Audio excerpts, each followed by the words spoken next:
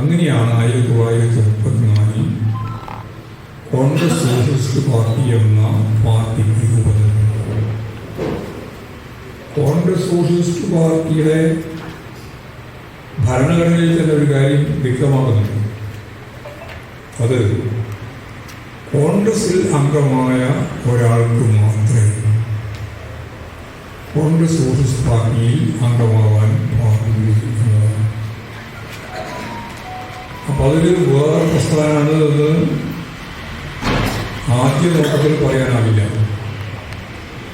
കോൺഗ്രസിൻ്റെ തന്നെ അനുബന്ധമാണ്. മാത്രമല്ല, നേരത്തെ പറഞ്ഞതുപോലെ കോൺഗ്രസിനെ എങ്ങനെ ഒരു ജനകീയ പ്രസ്ഥാനമാക്കി രൂപപ്പെടുത്താം എന്നതുകൂടി ഇതിന് പിന്നിലുണ്ട്. ഗാന്ധിയാണ് അതിൻ്റെ ഏറ്റവും പ്രമുഖനായ കോൺഗ്രസിൻ്റെ വക്താവായിട്ട് അന്ന് മുമ്പോട്ടേക്ക് വന്നത്. ജവഹർലാൽ ഉൾപ്പെടെയുള്ള ഉൽപ്രതിഷ്ഠികളായിട്ടുള്ള കോൺഗ്രസ് നേതൃത്വം അതിൻ്റെ ഒപ്പം തന്നെ നിൽക്കുക. അങ്ങനെയുള്ളൊരു സാഹചര്യത്തിൽ രൂപം കൊണ്ട കോൺഗ്രസ് സോഷ്യലിസ്റ്റ് പാർട്ടി കേരളത്തിൽ കർഷക പ്രസ്ഥാനം, യൂണിയൻ പ്രസ്ഥാനം, വിദ്യാർത്ഥി പ്രസ്ഥാനം, അതുപോലെ തന്നെ മഹിളാ പ്രസ്ഥാനം, ഇങ്ങനെ നിരവധി പ്രസ്ഥാനങ്ങൾക്ക് രൂപം നൽകി പ്രവർത്തന പദ്ധതിയിലേക്ക് രൂപപ്പെട്ടു വന്നപ്പോൾ അന്നാണ് ജനകീയമായ വായനശാലാ പ്രസ്ഥാനങ്ങളും ഗ്രന്ഥശാലാ പ്രസ്ഥാനങ്ങളും ഗ്രാമാന്തരങ്ങളിലാകെ രൂപപ്പെടുത്തണമെന്നും ചരിത്രത്തിലാദ്യമായി വിപുലമായി കേരളത്തിൽ തീരുമാനിച്ചു. KPCCയുടെ സപ്പോർട്ട് തന്നെ അതിൻ്റെ ഭാഗമായിട്ട് ഒരു ജനകീയ പ്രസ്ഥാനത്തിൻ്റെ സാംസ്കാരിക ആശയതലം എന്തായിരിക്കണം എന്നത് സംബന്ധിച്ചുള്ള നല്ല വ്യക്തതയുള്ള ഒരു പ്രസ്ഥാനം കോൺഗ്രസിന് തന്നെ അനുബന്ധമായി പ്രവർത്തിക്കുന്ന കോൺഗ്രസ് സോഷ്യലിസ്റ്റ് പാർട്ടിയുടെ ഈ കേരളത്തിൽ സജീവമായി രംഗത്ത്. അതിൻ്റെ ഒപ്പം തന്നെയാണ് യഥാർത്ഥത്തിൽ വായനശാലാ പ്രസ്ഥാനത്തിനും ഗ്രന്ഥശാലാ പ്രസ്ഥാനത്തിനും ഒക്കെയുള്ള പരിമിതി ഈ നേതൃത്വം മനസ്സിലാക്കുന്നു. എന്താ പരിമിതി? ശില്പശാലയാണല്ലോ പറയാം. എന്താ പരിമിതി? ഉദ്ഘാടനം ഉദ്ഘാടനം ചെയ്യുന്നു എന്നതോടുകൂടി ഉദ്ഘാടനം കഴിഞ്ഞു ഉത്തരം. എന്താ പരിമിതി? എന്താ പരിമിതി എന്ന് കൃത്യമായിട്ട് നിങ്ങൾക്ക് മനസ്സിലാവണം.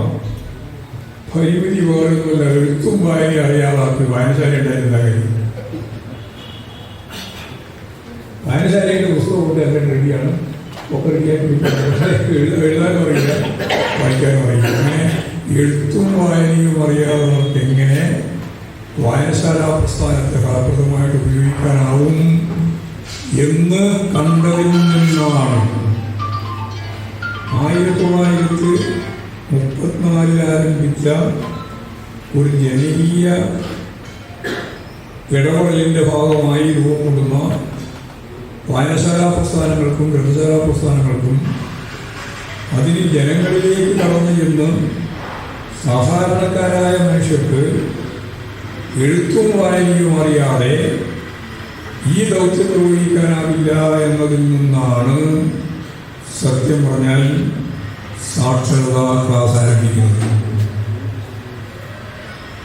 വെറുതെ ഉണ്ടായതല്ല, നിങ്ങൾക്ക് അവസാനമാണെന്ന സാക്ഷരതയല്ല, നാശായപ്പോൾ രൂപപ്പെടുന്ന സാക്ഷരതയല്ല ഞാൻ പറയുന്നത്. അതിനും 10 വർഷങ്ങൾക്ക് മുമ്പ് സാക്ഷരതാ പ്രസ്ഥാനം ഗ്രാമാന്തരങ്ങളിൽ ആ സാക്ഷരതാ പ്രസ്ഥാനത്തിന് നല്ല രീതിയിലുള്ള ഒരു വേരോട്ടം കിട്ടി.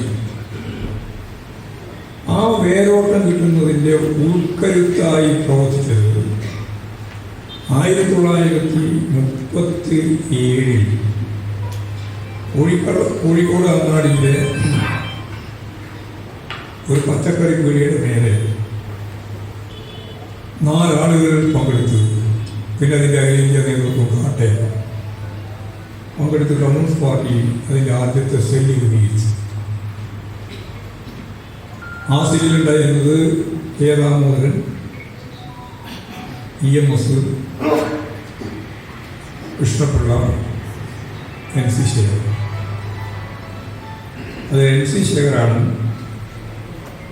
യഥാർത്ഥത്തിൽ ഇങ്ങേ ഭാഗം ഉണ്ടായിരുന്നതാണ്. നമ്മുടെ തിരുവനന്തപുരം മേഖലയിൽ നിന്ന് NC ശേഖരാണ്. ബാലരാമപുരം നിന്നാണ് NC ശേഖർ അവിടെ കേരള പ്രസ്ഥാനത്തിൻ്റെ ഭാഗമായിട്ട് വന്നു. യൂത്ത് ലീഗിൻ്റെ എല്ലാം പ്രധാനപ്പെട്ട പ്രമുഖ നേതാവായിട്ടാണ് NC ശേഖർ വരുന്നത്. ബാക്കി 3 പേരും നിങ്ങൾക്കറിയുന്നത് പോലെ EMS, കെ ദാമോദരൻ, പിന്നെ കൃഷ്ണപിള്ള മധ്യ കേരളത്തിനാണ്.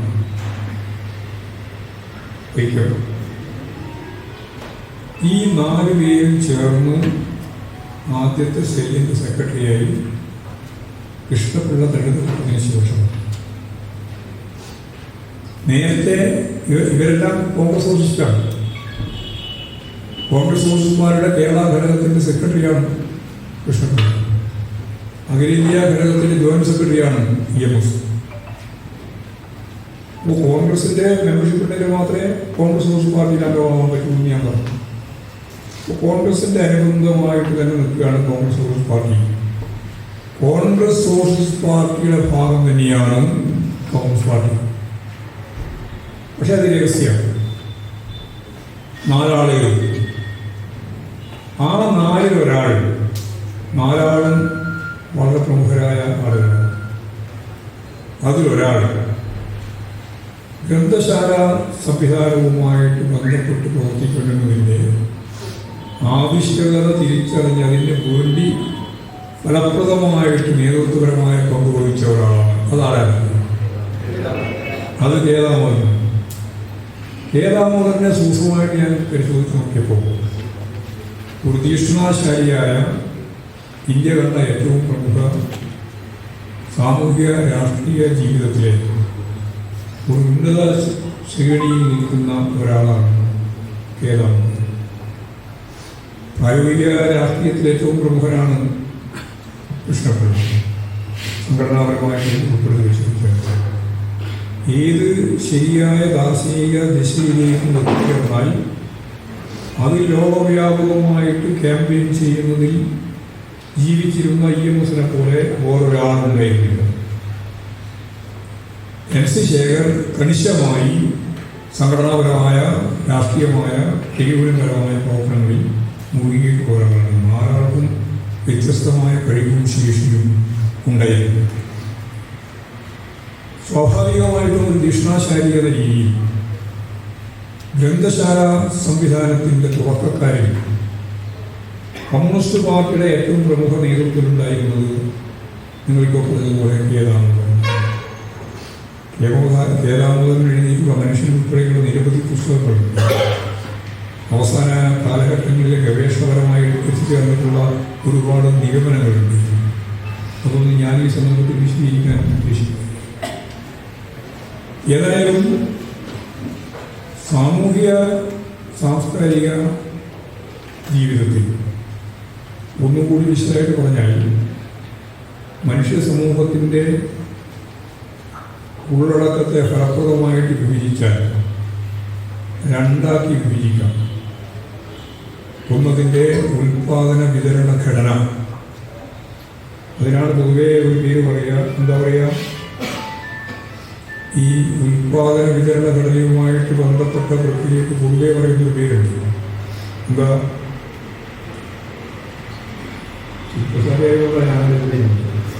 എന്താ പേര്? ആ ഭാഗത്ത് എന്താ പേര്? ഉൽപാദനത്തിലൊന്നും അതിൻ്റെ സാമ്പത്തിക ഘടനയാണ്. ഉൽപാദന വിതരണ ഘടന അത് എക്കണോമിക്സിൻ്റെ ഭാഗമാണ്. പക്ഷെ ഇത് അതിൻ്റെ സാമ്പത്തിക ഘടനയാണ്. ഇവിടെ സ്വാതപ്രാസിനിയെ പറ്റിയായിട്ട് അതിൻ്റെ ഒരു കാര്യം വിശദീകരിക്കുന്നു. ആ സാമ്പത്തിക ഘടനയെ നിലനിർത്താൻ നിലവിൽ വന്ന സാമൂഹിക വികാസ ഘട്ടങ്ങളെ പറ്റി പഠിക്കുമ്പോഴാണ് നമുക്ക് മനസ്സിലാക്കുന്നത്.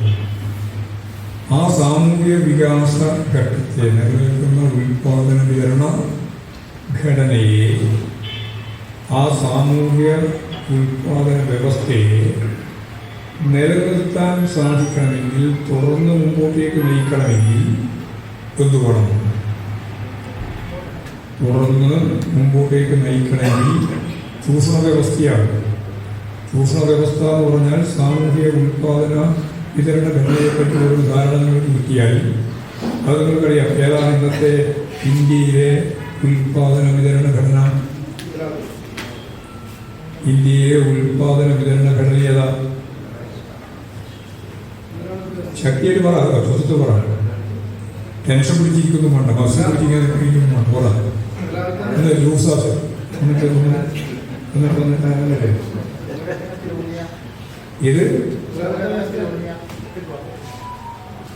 ഇത് ഒരു ജോലിയില്ല. ഇന്ത്യയിൽ ആദ്യം അവസാനിപ്പിക്കേണ്ടുന്ന ഏറ്റവും പകർന്നനായ ഇന്ത്യൻ സാമ്പത്തിക ശക്തിയെ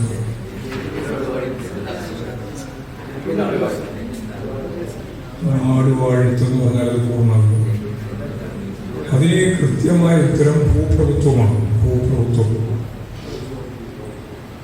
മനുഷ്യ സമൂഹത്തിൻ്റെ ചരിത്രത്തിൽ അടയാളപ്പെടുത്തപ്പെട്ട സാമൂഹിക വികാസ ഘട്ടങ്ങളുണ്ട്. മനുഷ്യകുലത്തിന് എത്ര പ്രായമുണ്ടെന്നാണ് ഇപ്പോൾ കണക്കാക്കിയത്? നമ്മളെല്ലാവരും മനുഷ്യകുലമുണ്ടല്ലോ, മനുഷ്യകുലം. ആ മനുഷ്യകുലത്തിൻ്റെ പ്രായം എത്രയാണ്?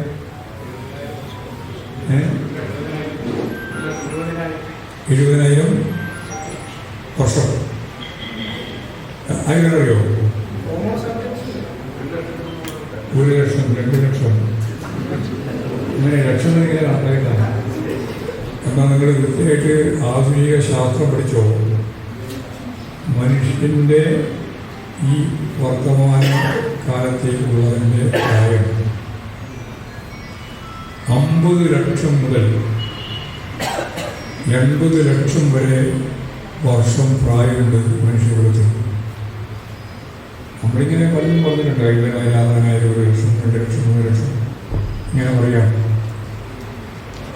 ഈ 80 ലക്ഷം വർഷം, 80 ലക്ഷം വർഷം വരെ മനുഷ്യകുലത്തിന് പ്രായമുണ്ട്. എല്ലാ കുരങ്ങിൽ നിന്നും മനുഷ്യരുണ്ടായിട്ടില്ല.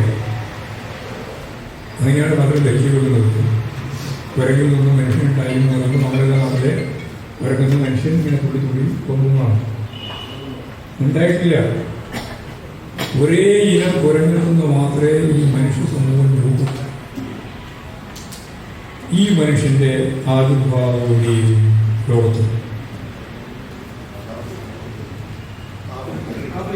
ആഫ്രിക്കയിലാണ്. അത് ശരി, ആഫ്രിക്കയിലാണ് യഥാർത്ഥത്തിൽ മനുഷ്യനുണ്ടായത് എന്ന് വെറുതെ പറയുന്നതല്ല. മനുഷ്യന്റെ ഫോസിലുകൾ കണ്ടെത്താൻ ശ്രമിച്ചപ്പോൾ 35 ലക്ഷം വർഷം മുമ്പുള്ള മനുഷ്യന്റെ ഫോസിൽ കിട്ടി. അപ്പോൾ ഒരു കാര്യം ഉറപ്പാണ്, 35 ലക്ഷത്തിൻ്റെ എത്രയോ അപ്പുറമായിരിക്കും മനുഷ്യകുലം. 35 ലക്ഷം വർഷം മുമ്പുള്ള ഫോസിലുകൾ കിട്ടിയത് ആഫ്രിക്കയിൽ നിന്ന് മാത്രമാണ്. ആഫ്രിക്കയ്ക്ക് വെളിയിൽ മനുഷ്യന്റെ ഫോസിൽ കിട്ടിയത് 20 ലക്ഷത്തിൻ്റെ ഇപ്പുറമാണ്. ഒരു 15 ലക്ഷം അതിനു മുമ്പ് എവിടെയുണ്ടായിരുന്നു?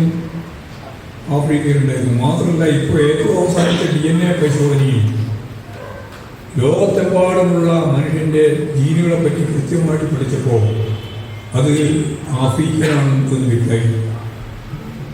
എന്ന് പറഞ്ഞാൽ ഞാനും നിങ്ങളുമെല്ലാം ആരെ മക്കളാണ്? നമുക്ക് സമ്മതിച്ച് കൊടുക്കാൻ കുറച്ച് പ്രയാസം ഉണ്ടാവും. അതേ ശാസ്ത്രത്തിൻ്റെ പ്രത്യേകതകളാണ്. നമുക്കങ്ങനെ പച്ചയായിട്ട് സമ്മതിച്ചു കൊടുക്കാൻ ഒരു മനസ്സുണ്ടാവില്ല. കാരണം നമ്മുടെ മനസ്സ് രൂപപ്പെട്ടത് ആ ഒരു സാഹചര്യത്തിലാണെന്നുള്ളതുകൊണ്ടാണ്.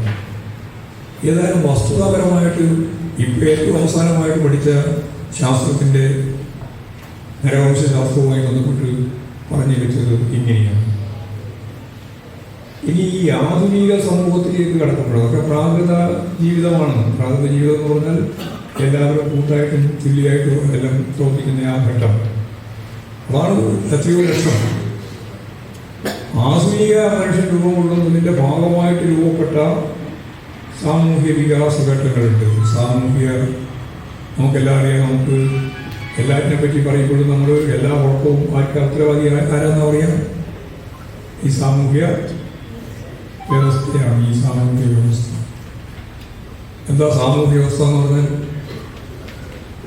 നമ്മളെല്ലാം നിരന്തരം ഉപയോഗിച്ചുകൊണ്ടിരിക്കുന്ന ഒരു പദം തന്നെയാണ് സാമൂഹ്യ വ്യവസ്ഥ. എന്താ സാമൂഹ്യ വ്യവസ്ഥ?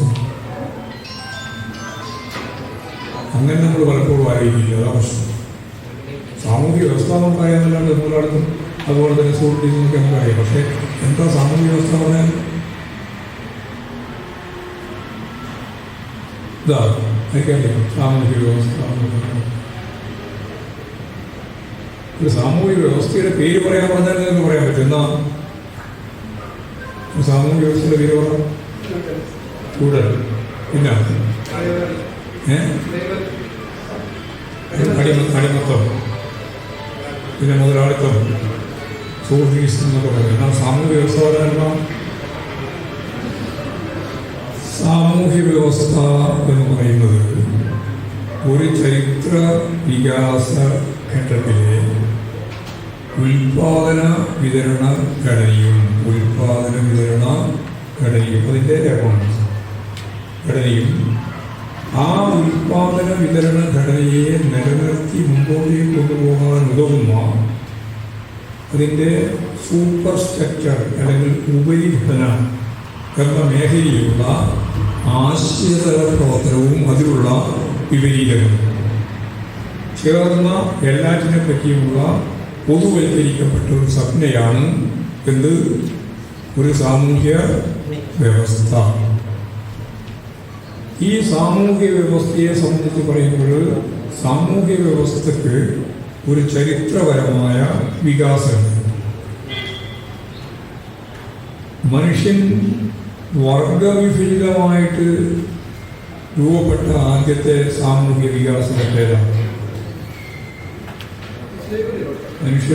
മനുഷ്യന്റെ ചരിത്രത്തിൽ ഈ 80 ലക്ഷം വർഷം പഴക്കമുള്ള മനുഷ്യന്റെ ചരിത്രത്തിൽ വർഗവിഭജിതമായ സാമൂഹ്യ വികാസഘട്ടം ആരംഭിക്കുന്നത് എപ്പോഴാണ്?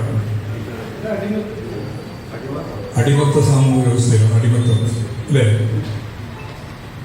അടിമത്ത സാമൂഹ്യ വ്യവസ്ഥയിലെ ഉൽപാദന വിതരണ ഘടനയും അതിൻ്റെ മാനസിക പശ്ചാത്തലവും ഉപരിഘടനയും രൂപപ്പെടുത്തിയത് ആര് തന്നെയാണ്?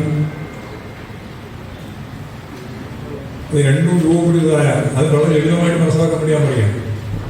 അതായത് അടിമത്ത സാമൂഹ്യ വ്യവസ്ഥയിലെ ഉൽപാദന വിതരണ ഘടന. എന്താ ഉൽപാദന വിതരണ ഘടന? ആരാണ് ഉൽപ്പാദിപ്പിക്കുന്നത്? അടിമയാണ്. ആ സമ്പത്ത് മുഴുവൻ കൈയടക്കുന്നത് ആരാ? ഉടമയാണ്. ഇതാണ് അതിൻ്റെ സാമ്പത്തിക ഘടന. ഈ സാമ്പത്തിക ഘടനയെ നിലനിർത്തുന്നതിനുതകുന്ന അന്നത്തെ ആശയ സ്വരൂപങ്ങളുണ്ട്. ഇതിനെ രണ്ടിനെയും കൈകാര്യം ചെയ്യുന്നത് ആരാണ്? ഉടമയാണോ അല്ല അടിമയാണോ? ഉടമയാണ്. അവരുടെ പ്രാകൃതമായിട്ട് നമുക്ക് മനസ്സിലാക്കും. വളരെ ശാസ്ത്രീയമായിട്ടുണ്ട്, പ്രാകൃതമായിട്ട് മനസ്സിലാക്കും. അങ്ങനെ അവനെ സാധ്യതയുള്ളൂ. നമുക്കത് പ്രകടമാണ്.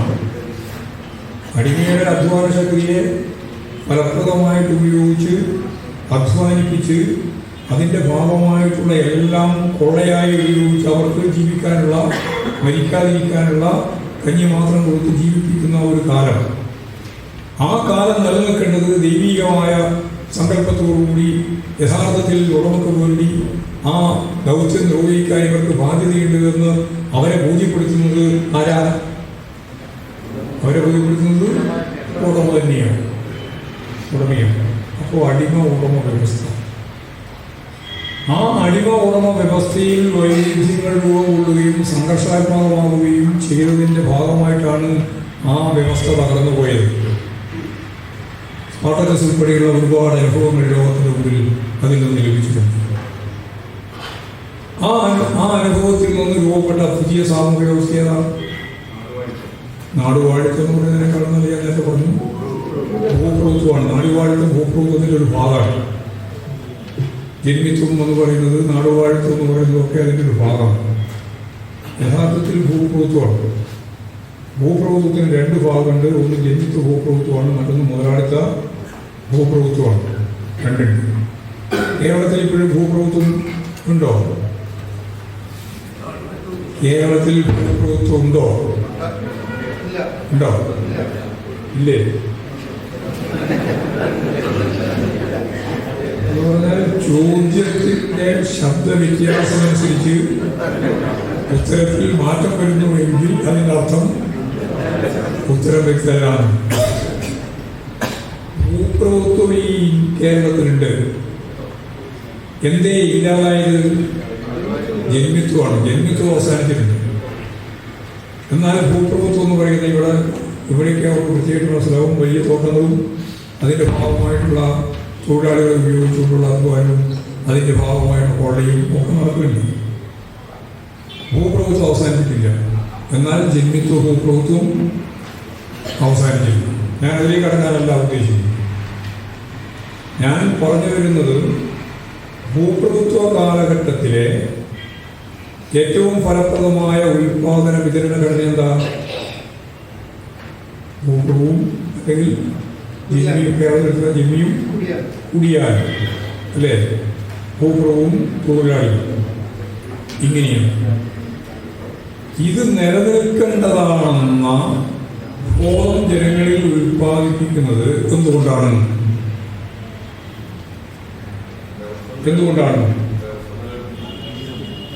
ദൈവികമാണ്. ദൈവത്തെ പോലെ തന്നെ ആർക്കും അവകാശമുണ്ട് ഭൂമിയിൽ. ജന്മിക്ക് അവകാശമുണ്ട്, രാജാവിന് അവകാശമുണ്ട്, ചക്രവർത്തിക്ക് അവകാശമുണ്ട്. ഈ ഒരു ബോധമാണ് ഉൽപ്പാദിപ്പിച്ചത്. ഇതാണ് ആശയതലത്തിലുള്ള ഏറ്റവും പ്രധാനപ്പെട്ട കാര്യം. അപ്പോൾ ദൈവികമായ ഒരു ശേഷി ദൈവത്തിൻ്റെ പ്രതിപുരുഷനായി ആരുണ്ട്? ജന്മിയുണ്ട്, അല്ലെങ്കിൽ ഭൂപ്രഭുവുണ്ട്. അപ്പോൾ ഈ സ്വത്തെല്ലാം ആരതാണ്? ഇപ്പോൾ ഏറ്റവും അവസാനമായിട്ട് ഇന്ത്യൻ ജനത ഡാർവിനെ പഠിക്കണ്ട, മുഗൾ സാമ്രാജ്യത്തെപ്പറ്റി പഠിക്കണ്ട, സ്വാതന്ത്ര്യത്തെപ്പറ്റി പഠിക്കണ്ട, ഗാന്ധിയെപ്പറ്റി പഠിക്കണ്ട, സവാക്കറെ പഠിച്ചാൽ മതി, ഗോഡ്സയെ പഠിച്ചാൽ മതി എന്ന് പറയുന്ന ഇന്ത്യൻ ആശയതലത്തിൽ ഇതൊക്കെ വളരെ സൂക്ഷ്മമായിട്ട് പരിശോധിച്ച് മാത്രം മനസ്സിലാക്കാൻ സാധിക്കുന്ന കാര്യമാണ്. വളരെ സങ്കീർണ വിഷയമാണ്. ഞാൻ അതുകൊണ്ടാണ് ഇവിടെ അടിത്തട്ടിൽ നിന്ന് ആരംഭിക്കുന്നത്. വെറുതെ കയറിയിട്ട് അങ്ങനെയല്ല ഇങ്ങനെയല്ല പറഞ്ഞിട്ടൊന്നും കാര്യമില്ല. എങ്ങനെ ഇത് രൂപം കൊള്ളുന്നു എന്നുള്ളതിൻ്റെ ചരിത്രം പഠിക്കണം. അപ്പോഴാണ് നമുക്ക് ഈ ശില്പശാലക്ക് കൃത്യമായിട്ട് ലക്ഷ്യബോധമുണ്ടാക്കാനാകുന്നത്. അപ്പോൾ ഞാൻ പറഞ്ഞു വന്നത് നേരത്തെ തോന്നാം. ഭൂപ്രഭുത്വകാലം അല്ലെങ്കിൽ കേരളത്തിൽ ജന്മിത്വ ഭൂപ്രഭുത്വവും മുതലാളിത്ത ഭൂപ്രഭുത്വമുള്ള കാലം. ഇന്ത്യയിൽ EMS അതിനെപ്പറ്റി പറഞ്ഞത് ജാതി, ജന്മി, നാടുവാഴി വ്യവസ്ഥ ആണ് അദ്ദേഹത്തെപ്പറ്റി വിശദീകരിച്ചത്. ജാതി, ജന്മി, നാടുവാഴി വ്യവസ്ഥ. അപ്പോൾ ഇവിടെ നമുക്ക് വളരെ വ്യക്തതയോടുകൂടി മനസ്സിലാക്കാനാവും അടിമത്തത്തിൻ്റെ അന്ത്യത്തോടുകൂടി രൂപപ്പെട്ടു വന്ന ഭൂബന്ധത്തിലെ മൗലികമായ പുതിയ സവിശേഷത എന്താണ്? ജന്മി കുടിയാൻ ബന്ധം. അപ്പോൾ എന്താ പറയുക? ഫ്യൂഡലിസം, ഭൂപ്രഭുത്വം. ഈ ഭൂപ്രഭുത്വ കാലഘട്ടത്തിലെ ഏറ്റവും അവസാനത്തെ ഉദാഹരണം ഞാൻ പറയുന്നത് ഇപ്പോൾ വലിയ ചർച്ച നടത്തുന്നുണ്ട് എന്നുള്ളതുകൊണ്ടാണ്. ഇപ്പോൾ പറഞ്ഞു എന്താണ് മനുസ്മൃതി, സ്മൃതി, ഇതൊക്കെ ചർച്ച ചെയ്തുകൊണ്ടിരിക്കുകയാണല്ലോ. ഭരണഘടന വേണ്ട, ഭരണഘടന പോലെ വേണം, മനുസ്മൃതി വേണം, ഫെഡറൽ സംവിധാനം വേണ്ട, മതനിരപേക്ഷത വേണ്ട, ഏക സിവിൽ കോഡ് വേണം, അല്ലേ? ഇതൊക്കെ ചർച്ച ചെയ്തുകൊണ്ടിരിക്കുകയാണ്. ഇങ്ങനെയെല്ലാം ചർച്ച ചെയ്യുന്നതിന് ഇടയാകുന്നത് എന്തുകൊണ്ടാണ് എന്നതിനെപ്പറ്റി നമുക്കൊരു വ്യക്തത വേണം. വെറുതെ യാദൃശ്ചികമായിട്ടൊന്നുമല്ല, കൃത്യ നിയമമാണ്. മണിപ്പൂരിൽ ഇന്നത്തെ മണിപ്പൂർ എന്തുകൊണ്ടാണ്? കൃത്യ നിയമമാണ്. ഇന്നത്തെ ഏക സിവിൽ കോഡിന്റെ പ്രശ്നം എന്താണ്? കൃത്യമായ നിയമമാണ്, സാമൂഹ്യ നിയമം. അത് മനസ്സിലാക്കാണ്ട് മണിപ്പൂരിനെയും അത് മനസ്സിലാക്കാണ്ട് ഈ പറയുന്ന ഈ സ്ഥിതിയെ ചർച്ചിട്ടാൽ പുറപ്പെട്ടാൽ ഒന്നും ഓടിയെത്തില്ല. എന്താ നിയമം? ആ നിയമത്തിലേക്കാണ് ഞാൻ കടക്കാൻ ഉദ്ദേശിക്കുന്നത്. അപ്പൊ ഇവിടെ ഏറ്റവും അവസാനമായിട്ട് പറഞ്ഞു വെച്ചത് എന്തിനെ പറ്റി പഠിക്കണം എന്നാണ്. എന്തിനെപ്പറ്റി പഠിക്കണ്ട? ഡാർവിൻ പരിണാമം ഞാൻ നേരത്തെ പറഞ്ഞില്ല, ഞാൻ ആവർത്തിക്കുന്നില്ല, സമയമില്ല. എന്തിനെപ്പറ്റി പഠിക്കണ്ട എന്ന് പറഞ്ഞു കഴിഞ്ഞാൽ പിന്നെ എന്തിനെപ്പറ്റി പഠിക്കണം? എന്തിനെ പറ്റിയാ പഠിക്കണം എന്ന് പറയുന്നത്?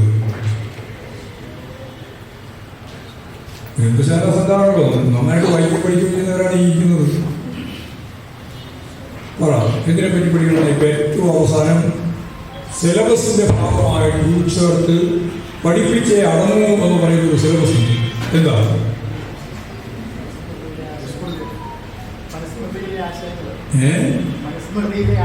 മനുസ്മൃതി ആശയങ്ങളൊന്നുമല്ല, അതൊക്കെ ഉണ്ട്, അതൊക്കെ പറയാം. ഇപ്പൊ ഏറ്റവും അവസാനം പറഞ്ഞത് ദശാവതാരം പഠിക്കണം. ദശാവതാരത്തെ പറ്റി പഠിക്കണം. ദശാവതാരത്തെ പറ്റി പഠിക്കുമ്പോൾ ഏറ്റവും ഫലപ്രദമായിട്ട് കേരളം ഓർക്കുന്ന ദശാവതാരത്തിലെ ഒരു അവതാരവുമായിട്ട് വലിയ ബന്ധം ഈ കേരളത്തിലുണ്ട്. മറ്റെല്ലാവർക്കും ഇതിൽ നിന്ന് വ്യത്യസ്തമായിട്ട്. അതേതാ ആ അവതാരം? പരശുരാമൻ. പരശുരാമനെ നമ്മൾ എങ്ങനെയാണ് ഓർക്കുന്നത്? മലയാളികൾ ഗോകർണത്ത് പോയി ഒരു ചുഴയ്ക്ക് ഒരൊറ്റ ഏറ് കൊടുത്തപ്പോൾ ആ ഏറ് കൊണ്ടുപോയി ഉടമൊന്നും കന്യാകുമാരി വരെ പോയി. കന്യാകുമാരി വരെയുള്ള കടലിൽ കരയായി. ആ കര ആരെ ഏൽപ്പിച്ചു? ബ്രാഹ്മണനെ ഏൽപ്പിച്ചു. ആ കര ബ്രാഹ്മണനെ ഏൽപ്പിച്ചു. ഈ ഭൂമി ബ്രാഹ്മണനെ ഏൽപ്പിച്ചു. ഇതാണ് ആശയതലം. നമ്മൾ ഈ ആശയതലം അന്വേഷിക്കാൻ നടക്കുകയാണ്. ഏതായി ആശയം? അങ്ങനെ നോക്കിയാൽ ഒഴി കിട്ടൂല. ഇതാശയം. അപ്പൊ ആരതാണ് ഭൂമി? എന്തിനും ഭൂമിയല്ല. ആരെ ഭൂമിയാണ്? ബ്രാഹ്മണന്റെ ഭൂമിയാണ്. ബ്രാഹ്മണീയത്തിന്റെ ഏറ്റവും അടിസ്ഥാനപരമായ സ്വത്ത് അവന്റെയാണ്. അങ്ങനെയാണ് കൊടുത്തത്. അപ്പോൾ അതിൽ നിന്ന് കിട്ടുന്ന ഓരോ ഓഹരിയും നമുക്കെന്താണ്? അതിൽ നിന്ന് കിട്ടുന്ന ഓരോ ഓഹരിയും ബ്രാഹ്മണന്റെ ദാനമാണ് നമുക്ക്. ഇവിടെയാണ് ഈ കേരളത്തിന്റെ ചരിത്രത്തിലെ ഏറ്റവും പ്രമുഖനായ ഒരു ദാർശനികൻ, ഒരു സന്യാസി വര്യൻ ഇതിനെ അതിനിശ്ചിതമായിട്ട് എതിർത്ത് പുസ്തകം തന്നെ രചിച്ച് ഈ ബ്രാഹ്മണ്യ കാലഘട്ടത്തെ രൂപപ്പെടുത്താൻ വേണ്ടി തെറ്റായ രീതിയിൽ അവതരിപ്പിച്ച ഒന്നാണിത്. കേരളം രൂപപ്പെട്ടത് ഒരു പരശുരാമന്റെയും വഴുകൊണ്ടല്ല എന്ന് കൃത്യമായിട്ട് അവതരിപ്പിച്ച വളരെ പ്രമുഖനായ ഒരു ദാർശനികനുണ്ട് ഈ കേരളത്തിൽ. ഒരു 125-150 വർഷം മുമ്പ്. ആരാ? ഈ ഒച്ചക്ക് പറഞ്ഞാലേ ഇത് കൂടും. എല്ലാവരും കേട്ടെ. അയ്യങ്കാളി അല്ല,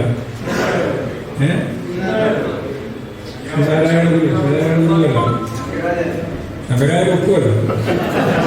അപ്പൊ ഒരു കാര്യം മനസ്സിലായി,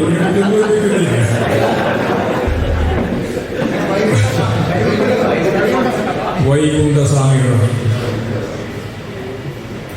ആണോ?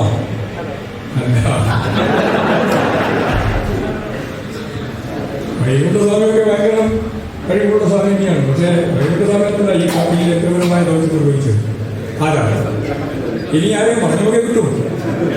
ഇനി ബാക്കിയുള്ളത് ആരാ? ചട്ടമ്പി സ്വാമികളാണ്. അതാ ശരി, ചട്ടമ്പി സ്വാമികളാണ്. യഥാർത്ഥത്തിൽ വളരെ ശാസ്ത്രീയമായിട്ട് ഇതിനെ കൈകാര്യം ചെയ്ത് പുസ്തകം തന്നെ രചിച്ച് ഈ ബ്രാഹ്മണ്യ സങ്കല്പത്തിനെ അടിമുടി മാറ്റിയ സന്യാസിയായ ദാർശനികരാണ്. നമുക്ക് ദേശീയാടിസ്ഥാനത്തിൽ പറയുമ്പോൾ ആരെ പറ്റി പറയാം? അങ്ങനെ പറയാൻ പറ്റുന്ന ഒരാളുണ്ട്. ദേശീയാടിസ്ഥാനത്തിൽ പറയും ഒരാൾ ദാർശനികനായിട്ടുള്ള സന്യാസി വരി. നമ്മുടെ നാടിൻ്റെ വൈവിധ്യങ്ങളെ പറ്റി ലോകത്തോട്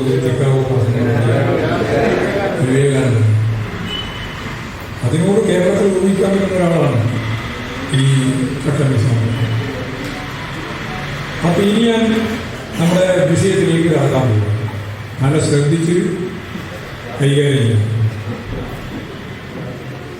അപ്പോ ഫ്യൂഡൽ സമൂഹത്തിലെ ആശയതലം ആർക്ക് വേണ്ടിയിട്ടാണ്? കുടിയാന് വേണ്ടിയിട്ടാണോ? അല്ല, ചിമ്മിക്ക് വേണ്ടിയിട്ടാണോ? കൂട്ടുറവിന് വേണ്ടിയിട്ടാണോ? ജിമ്മിക്ക് വേണ്ടിയിട്ടാണോ? അത് പച്ചയായിട്ട് മനസ്സിലാകുന്നതാണ് അല്ലേ? എല്ലാത്തിൻ്റെയും അവകാശി യഥാർത്ഥനായ ബ്രാഹ്മണരാണ്. പക്ഷേ ചാതുർവർണ്ണ വ്യവസ്ഥ കൂടി വരുമ്പോൾ ആ വർണ്ണം ഉള്ളവർക്ക് പ്രത്യേകിച്ച് ചുമതലകളുണ്ട് എന്നൊന്നും കാണാം. എന്നാൽ ആർക്കതിൽ പങ്കില്ല. ആ കാലഘട്ടത്തിന്റെ നിർമ്മിതിയിൽ ആർക്ക് പങ്കില്ല? ആശയപരമായിട്ടാണ് ചോദിക്കുന്നത്. ഉൽപാദന വിതരണ ഘടന ഞാൻ നേരത്തെ പറഞ്ഞു. ആർക്ക് പങ്കില്ല, ആർക്ക് ഉത്തരവാദിത്വമില്ല. അധ്വാനിക്കുന്ന മനുഷ്യന്, പാവപ്പെട്ട കർഷക തൊഴിലാളിക്ക്, പാവപ്പെട്ട കൃഷിക്കാരന് എന്തില്ല? പങ്കില്ല. ഇതാണ് ഫ്യൂഡൽ സമൂഹത്തിലെ ആശയതലം. ഇനി ഫ്യൂഡൽ സമൂഹം വർഗവൈരുദ്ധ്യം നിറഞ്ഞതാണ്. ഏതാ വർഗവൈരുദ്ധ്യം? അടിസ്ഥാനപരമായിട്ട് വർഗവൈരുദ്ധ്യത മുതലാളി, തൊഴിലാളി പറഞ്ഞാൽ കുടിയാൻ കൃഷിക്കാരൻ, മറ്റതോ ജന്മി. അപ്പോൾ ജന്മി കുടിയാൻ ബന്ധം. അതാണ് വൈരുദ്ധ്യം. ഈ വൈരുദ്ധ്യം സാമ്പത്തിക മേഖലയിൽ നിൽക്കുമ്പോൾ കൂലി കൂടുതലിന് വേണ്ടിയിട്ട് ജീവിക്കാനുള്ള പ്രയാസങ്ങൾ പരിഹരിക്കുന്നതിന് വേണ്ടി, അല്ലെങ്കിൽ ഏറ്റവും അവസാനമായി ജന്മിത്വം തന്നെ അവസാനിപ്പിക്കുന്നതിന് വേണ്ടി എല്ലാമുള്ള സാമ്പത്തിക ഘടനയിലെ ഈ വലിയ ആശയതലത്തിലുള്ള ഒരു പ്രക്ഷോഭം, പോരാട്ടം നടക്കുന്നു ഇവിടെ സാമ്പത്തിക മേഖലയിൽ. ഇതിനെ പ്രതിനിധീകരിച്ചുകൊണ്ട് ദാർശനികരായ ഉത്കർഷണങ്ങളായ കവികൾ, അതുപോലെ തന്നെ എഴുത്തുകാർ, ബുദ്ധിജീവികൾ, രാഷ്ട്രീയ പ്രസ്ഥാനങ്ങൾ എല്ലാം ഒരു നിലപാട് സ്വീകരിച്ചു വരുന്നു. ആ നിലപാടെല്ലാം എവിടെയാണ് വളരുക? ഞാൻ നേരത്തെ പറഞ്ഞ സൂപ്പർ സെക്ടറിലാണ്, ഉപരിഘടനയിലാണ് അല്ലേ? വാഴക്കുള ഉൾപ്പെടെയുള്ള ഓരോന്നും പരിശോധിച്ച് നോക്കൂ. ഓരോ പഴയകാല കവിതകളെപ്പറ്റി നമ്മൾ എത്രയോ കൊല്ലമായിട്ട് പറഞ്ഞുകൊണ്ടിരിക്കുന്ന വളരെ പ്രമുഖരായ കവികളെപ്പറ്റി അവർ എഴുതിയിട്ടുള്ള കാര്യങ്ങളെ സംബന്ധിച്ച് ഉൾപ്പെടെ നിങ്ങൾ സൂക്ഷ്മമായി പരിശോധിച്ച് നോക്കൂ. അങ്ങനെ പരിശോധിച്ച് നോക്കിയാൽ അതെല്ലാം ആർക്കെതിരാണ്? ജന്മിക്കെതിരാണ്, ജന്മിവാഴ്ചക്കെതിരാണ്. ആ അർത്ഥത്തിൽ ആർക്ക് അനുകൂലമാണ്? കുടിയാൻ അനുകൂലമാണ്. അപ്പോ കുടിയാൻ അനുകൂലമായ, ജന്മിക്കെതിരായ ഒരാശയം എവിടെ തന്നെ രൂപം കൊണ്ടു? ജന്മിക്കനുകൂലമായ ആശയം നിലനിൽക്കുന്ന അതിൻ്റെ ഉപരിഘടനയിൽ അതിന് വൈരുദ്ധ്യം ശക്തിപ്പെടാൻ തുടങ്ങി. അങ്ങനെയാണ് നിങ്ങളെന്നെ കമ്മ്യൂണിസ്റ്റാക്കിയും പാഠവാക്കിയും ഉൾപ്പെടെയുള്ള നിരവധിയായ നാടകങ്ങളും അതുപോലെ തന്നെ നിരവധിയായ കവിതകളും കുമാരനാശാൻ ഉൾപ്പെടെയുള്ള ഇവരുടെ എല്ലാം വലിയ സംഭാവന ഉപരിഘടനയിൽ വളരെ ഫലപ്രദമായിട്ട് അങ്ങോട്ട് സ്വാധീനിച്ചു വന്നു. ഒന്നില്ലേ ദേശീയ സ്വാതന്ത്ര്യം എന്ത് ചെയ്തു? ദേശീയ സ്വാതന്ത്ര്യ പ്രസ്ഥാനത്തേത് ആവേശപ്പെടുത്തി. അതിനുശേഷം ഭൂപ്രഭുത്വം അവസാനിപ്പിക്കുന്നതിന്റെ ഭാഗമായി ജന്മിത്വം അവസാനിപ്പിക്കണമെന്ന മുദ്രാവാക്യത്തിന് ഇത് നല്ലതുപോലെ ഫലപ്രദമായ രീതിയിൽ പിന്തുണ നൽകി. ഇങ്ങനെ ആശയതലത്തിൽ വിപരീതങ്ങൾ തമ്മിലുള്ള പോരാട്ടങ്ങളും ഏറ്റുമുട്ടലും നടക്കുന്നതിൻ്റെ ഇടയിലാണ് കേരളത്തിൽ വായനശാലാ പ്രസ്ഥാനവും ഗ്രന്ഥശാലാ പ്രസ്ഥാനവും ആരംഭിക്കുന്നത്. ഇത് കാണണം. വെറുതെ ആവശ്യമായിട്ട് വായനശാല തുടങ്ങിയതല്ല. വെറുതെ ആവേശം വന്ന് കുറച്ച് ആളുകൾ ചെറുപ്പക്കാർ നമുക്കൊരു വായനശാല തുടങ്ങാം എന്ന് പറഞ്ഞിട്ട് തുടങ്ങിയതല്ല. ഗ്രന്ഥശാല തുടങ്ങിയത് അങ്ങനെയല്ല. ഈ ഒരു ഉൽപ്പന്നമാണ്. അതാ പറഞ്ഞത് ഞാൻ നിയമമുണ്ട് വെറുതെ പറഞ്ഞില്ല. ന്യായഭാഗമാണ്. വായനശാല പ്രസ്ഥാനങ്ങളും ഗ്രന്ഥശാല പ്രസ്ഥാനങ്ങളും അതിനൊപ്പം തന്നെ വളരെ ഇടതുപക്ഷ പ്രസ്ഥാനം, കമ്മ്യൂണിസ്റ്റ് പാർട്ടി തുടങ്ങിയ എല്ലാ കാര്യങ്ങളും എടുത്ത് പരിശോധിച്ച് നോക്കിയാൽ നിയമപരമാണ്, ഉണ്ടായേ പറ്റും. ഈ വർഗപരമായ വൈരുദ്ധ്യാത്മകതയിൽ നിന്ന് രൂപപ്പെട്ട സാമ്പത്തിക മേഖലയെയും അടുത്തത് പറ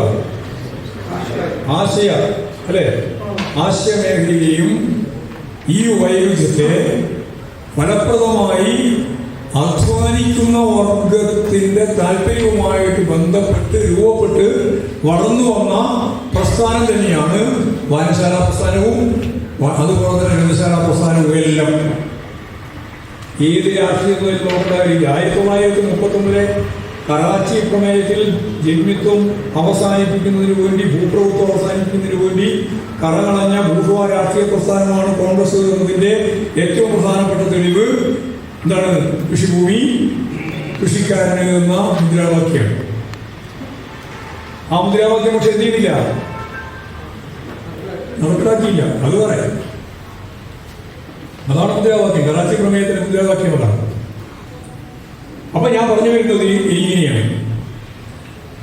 അതായത് വായനശാല പ്രസ്ഥാനവും ഗ്രന്ഥശാല പ്രസ്ഥാനവും എല്ലാം രൂപം കൊള്ളുന്നതിന് ന്യായമായ അടിസ്ഥാനം ഉണ്ടായിരുന്നു, ചരിത്രപരമായ പശ്ചാത്തലം ഉണ്ടായിരുന്നു എന്ന കാര്യം നമ്മൾ പഠിക്കുന്നു. ഇതിനെ ഇപ്പോഴും ഇതേപോലെ നിലനിർത്തി മുമ്പോട്ടേക്ക് കൊണ്ടുപോകുന്നതിൻ്റെ ഇതേ ന്യായമായ അടിസ്ഥാനമാണ്. ന്യായമായ അടിസ്ഥാനമാണ്. ഇപ്പോഴും ഇത് തുറന്നു കൊണ്ടുപോകണ്ടല്ലോ. ഗ്രന്ഥശാല പ്രസ്ഥാനങ്ങളുണ്ട്, വായനശാല പ്രസ്ഥാനങ്ങളുണ്ട്, സാംസ്കാരിക മേഖലയിൽ പ്രവർത്തിക്കുന്ന നിരവധി സംഘങ്ങൾ, സംവിധാനങ്ങളുണ്ട്. ആ സംവിധാനങ്ങളൊക്കെ ഇപ്പോഴും സജീവമായി നിലനിന്ന് പോകുന്നുണ്ട്. അങ്ങനെ പോകുന്നതിൻ്റെ അടിസ്ഥാനപരമായ നിയമം എന്താണ്? വളരെ ലളിതമാണ്. അടിസ്ഥാനപരമായ നിയമം എന്താ? അടിസ്ഥാനപരമായ നിയമം ഇപ്പോഴും നമ്മൾ ആഗ്രഹിച്ചതുപോലെ കാര്യങ്ങൾ നീങ്ങിയിട്ടില്ല. എന്തുകൊണ്ട് നീങ്ങിയില്ല? അവിടെയാണ് നമ്മൾ പരിശോധിക്കേണ്ടത്. ഇനി ഞാൻ ചോദിക്കുന്ന ചോദ്യം വളരെ പ്രസക്തമായ ചോദ്യമാണ്. ഇന്ത്യയിൽ ആദ്യം അവസാനിപ്പിക്കേണ്ടുന്ന ഏറ്റവും പഴഞ്ചനായ പിന്തിരിപ്പൻ സാമ്പത്തിക ശക്തി ഏതാണെന്ന് ഞാൻ നേരത്തെ ചോദിച്ചു. നിങ്ങൾ ഉത്തരവും പറഞ്ഞു. എന്താ ഉത്തരം? ഭൂപ്രഭുത്വമാണ് എന്നത്. ഇനി ഭൂപ്രഭുത്വം അവസാനിപ്പിക്കാൻ ചരിത്രം നിയോഗിച്ച മാർഗീയത.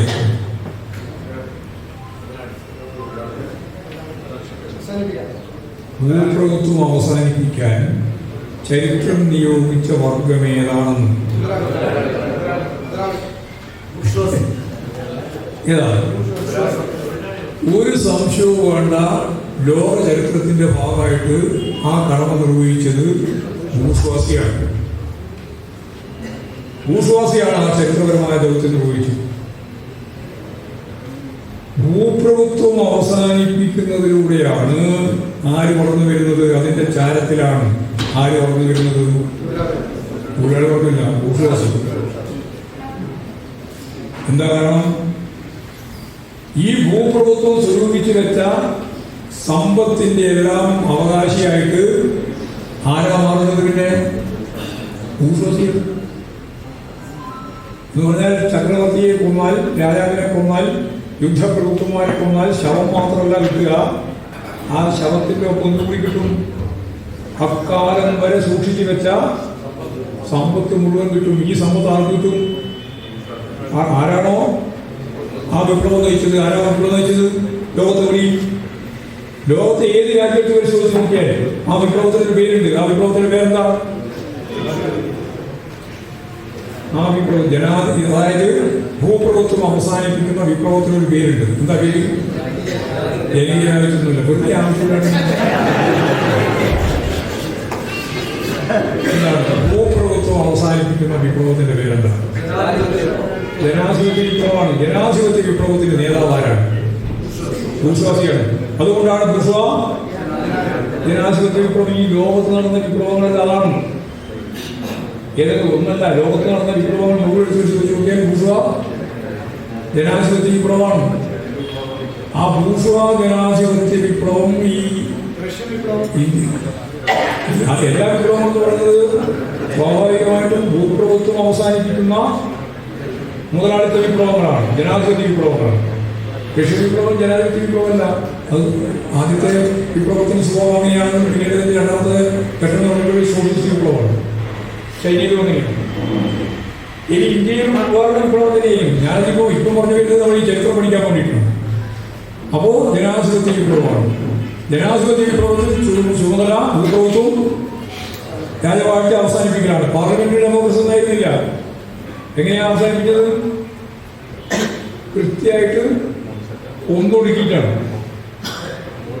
ലോകത്ത് മുതലാളിത്തം അതിന്റെ ഭരണസാന്നിധ്യം ഉറപ്പിച്ചത് രക്തപങ്കിലമായിട്ടാണ്. ഓരോ രാജ്ഞിയെയും രാജാവിനെയും ചക്രവർത്തിയെയും ഒന്ന് തള്ളിയിട്ടാണ്. അപ്പോൾ അവർക്ക് കിട്ടി സമ്പത്ത് കിട്ടി. ആ സമ്പത്ത് വെച്ചിട്ടാണ് ആ സമ്പത്തിന്റെ ഒരു പേരുണ്ട്. അതെന്താ?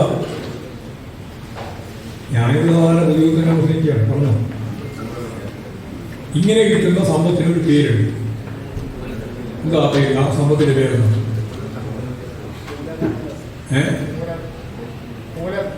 മൂലധനത്തിന്റെ പേരാണ് ചോദിക്കുന്നത്. അങ്ങനെ കിട്ടുന്ന സമ്പത്തിന് അല്ലെങ്കിൽ മൂലധനത്തിന് ഒരു പേരുണ്ട്. ആ പേര് പറഞ്ഞു. ആർജിത മൂലധനമല്ല. ആർജിത മൂലം അല്ലെങ്കിൽ പിന്നെ സഞ്ചിത മൂലധനം. അങ്ങനെയാ? ശരിക്ക് സഞ്ചിത മൂലധനാണ്. കട്ടു പറച്ചുണ്ടാക്കുന്ന മൂലധനാണ് ഇത് സഞ്ചിത മൂലധനം. സഞ്ചിത മൂലധനം കൊണ്ട് ആർജിക്കുന്നതാണ് ആർജിത മൂലധനം. അപ്പൊ ഈ സഞ്ചിത മൂലധനം ആർക്ക് കിട്ടിയില്ല? ആർക്ക് കിട്ടിയില്ല? ഈ ഇന്ത്യൻ വിശ്വാസിക്ക് കിട്ടിയോ? കിട്ടിയില്ല. അതെല്ലാം അവരുടെ തന്നെ കൈകൾ തന്നെ നിൽക്കുന്ന സ്ഥിതിയാണ്. മാത്രമല്ല അവർക്ക് അങ്ങോട്ട് പൈസ കൊടുക്കുന്നതിനെയും സ്വീകരിച്ചു. എല്ലാം കൂടി ഭൂപ്രഭുത്വം അവസാനിപ്പിച്ചോ? ഇല്ല. ആ ജീർണതയിലാണ് ഏത് കെട്ടിപ്പൊക്കിയത്? മുതലാളിത്തം കെട്ടിപ്പൊക്കിയത്. അപ്പോൾ മണിപ്പൂരിൽ സംഭവിക്കുന്നതിന്റെ നിയമം എന്താ? ജനാധിപത്യപരമല്ല. നല്ലപോലെ മനസ്സിലാക്കാൻ നമുക്ക് സാധിക്കണം. ഇനി മണിപ്പൂർ ഉണ്ടാവും, അതിന്റെ അപ്പുറത്ത് എന്തുണ്ടാവും? പുതിയ കലാപത്തിന്റെ ഒരു വെടിക്കൂട്ട് കേട്ടു തുടങ്ങിയിട്ടുണ്ട്. മിസോറാം. മണിപ്പൂർ ഉണ്ടാവും, മിസോറാം ഉണ്ടാവും. കേരളം ഉണ്ടാവോ? കേരളം ഉണ്ടാവോ? ഇല്ലാതാണ്. ഞാൻ മുൻകൂടിയോട് പറയാം, കേരളമായിരിക്കും ഏറ്റവും വലിയ സംഘർഷ കേന്ദ്രം ഇന്ത്യയിൽ. എന്തുകൊണ്ട് ഞാൻ പറയാതെ നിയമം തന്നെയാണ് പറഞ്ഞുകൊണ്ടിരിക്കുന്നത്, മുഴു നിയമം. അപ്പൊ സ്വാഭാവികമായിട്ടും ഈ ഭൂപ്രഭുത്വ പശ്ചാത്തലത്തിൽ പടുത്തുയർത്തപ്പെട്ട മുതലാളിത്തത്തിന് ഈ ഫ്യൂഡൽ ജീർണതകൾ മുഴുവൻ ഇപ്പോഴും അതിനേക്കാൾ ശക്തമായി തുടർന്ന് മുമ്പോട്ടേക്ക് പോകുമ്പോൾ അവിടെ ജാതി ഉണ്ടാവും, അവിടെ മതം ഉണ്ടാവും, അവിടെ വംശീയത ഉണ്ടാവും, അവിടെ ഭാഷ ഉണ്ടാവും, അവിടെ സ്വത്ത് ഉണ്ടാവും, അവിടെ ഗോത്ര വിഭാഗങ്ങൾ തമ്മിലുള്ള നിരവധിയായ പ്രശ്നങ്ങൾ ഉണ്ടാവും. ഇതൊന്നും അവസാനിക്കാതെയാണ് മുതലാളിത്തം കെട്ടിപ്പൊക്കിയത്. ഈ അനുകൂലങ്ങൾ ഇപ്പോഴാരോപിക്കുകയാണ്. ഈ ആനുകൂല്യങ്ങളെല്ലാം ഞാൻ നേരത്തെ പറഞ്ഞതിൻ്റെ എല്ലാം ആനുകൂല്യം ആരോപിക്കുകയാണ് ഭരണവർഗം. ഭരണവർഗത്തിന് നേതൃത്വ സ്ഥാനിക്കാർന്ന നരേന്ദ്രമോദി, BJP, RSS. ഇതാണ് രാജ്യത്തിന്റെ ചിത്രം. ഈ ചരിത്രത്തെ വസ്തുതാപരമായിട്ട് പഠിക്കാതെ എന്തുകൊണ്ടാണ് മണിപ്പൂരിൽ നിന്ന് 1000 കൊല്ലം ചർച്ച ചെയ്താലും പൂർണ്ണമില്ല?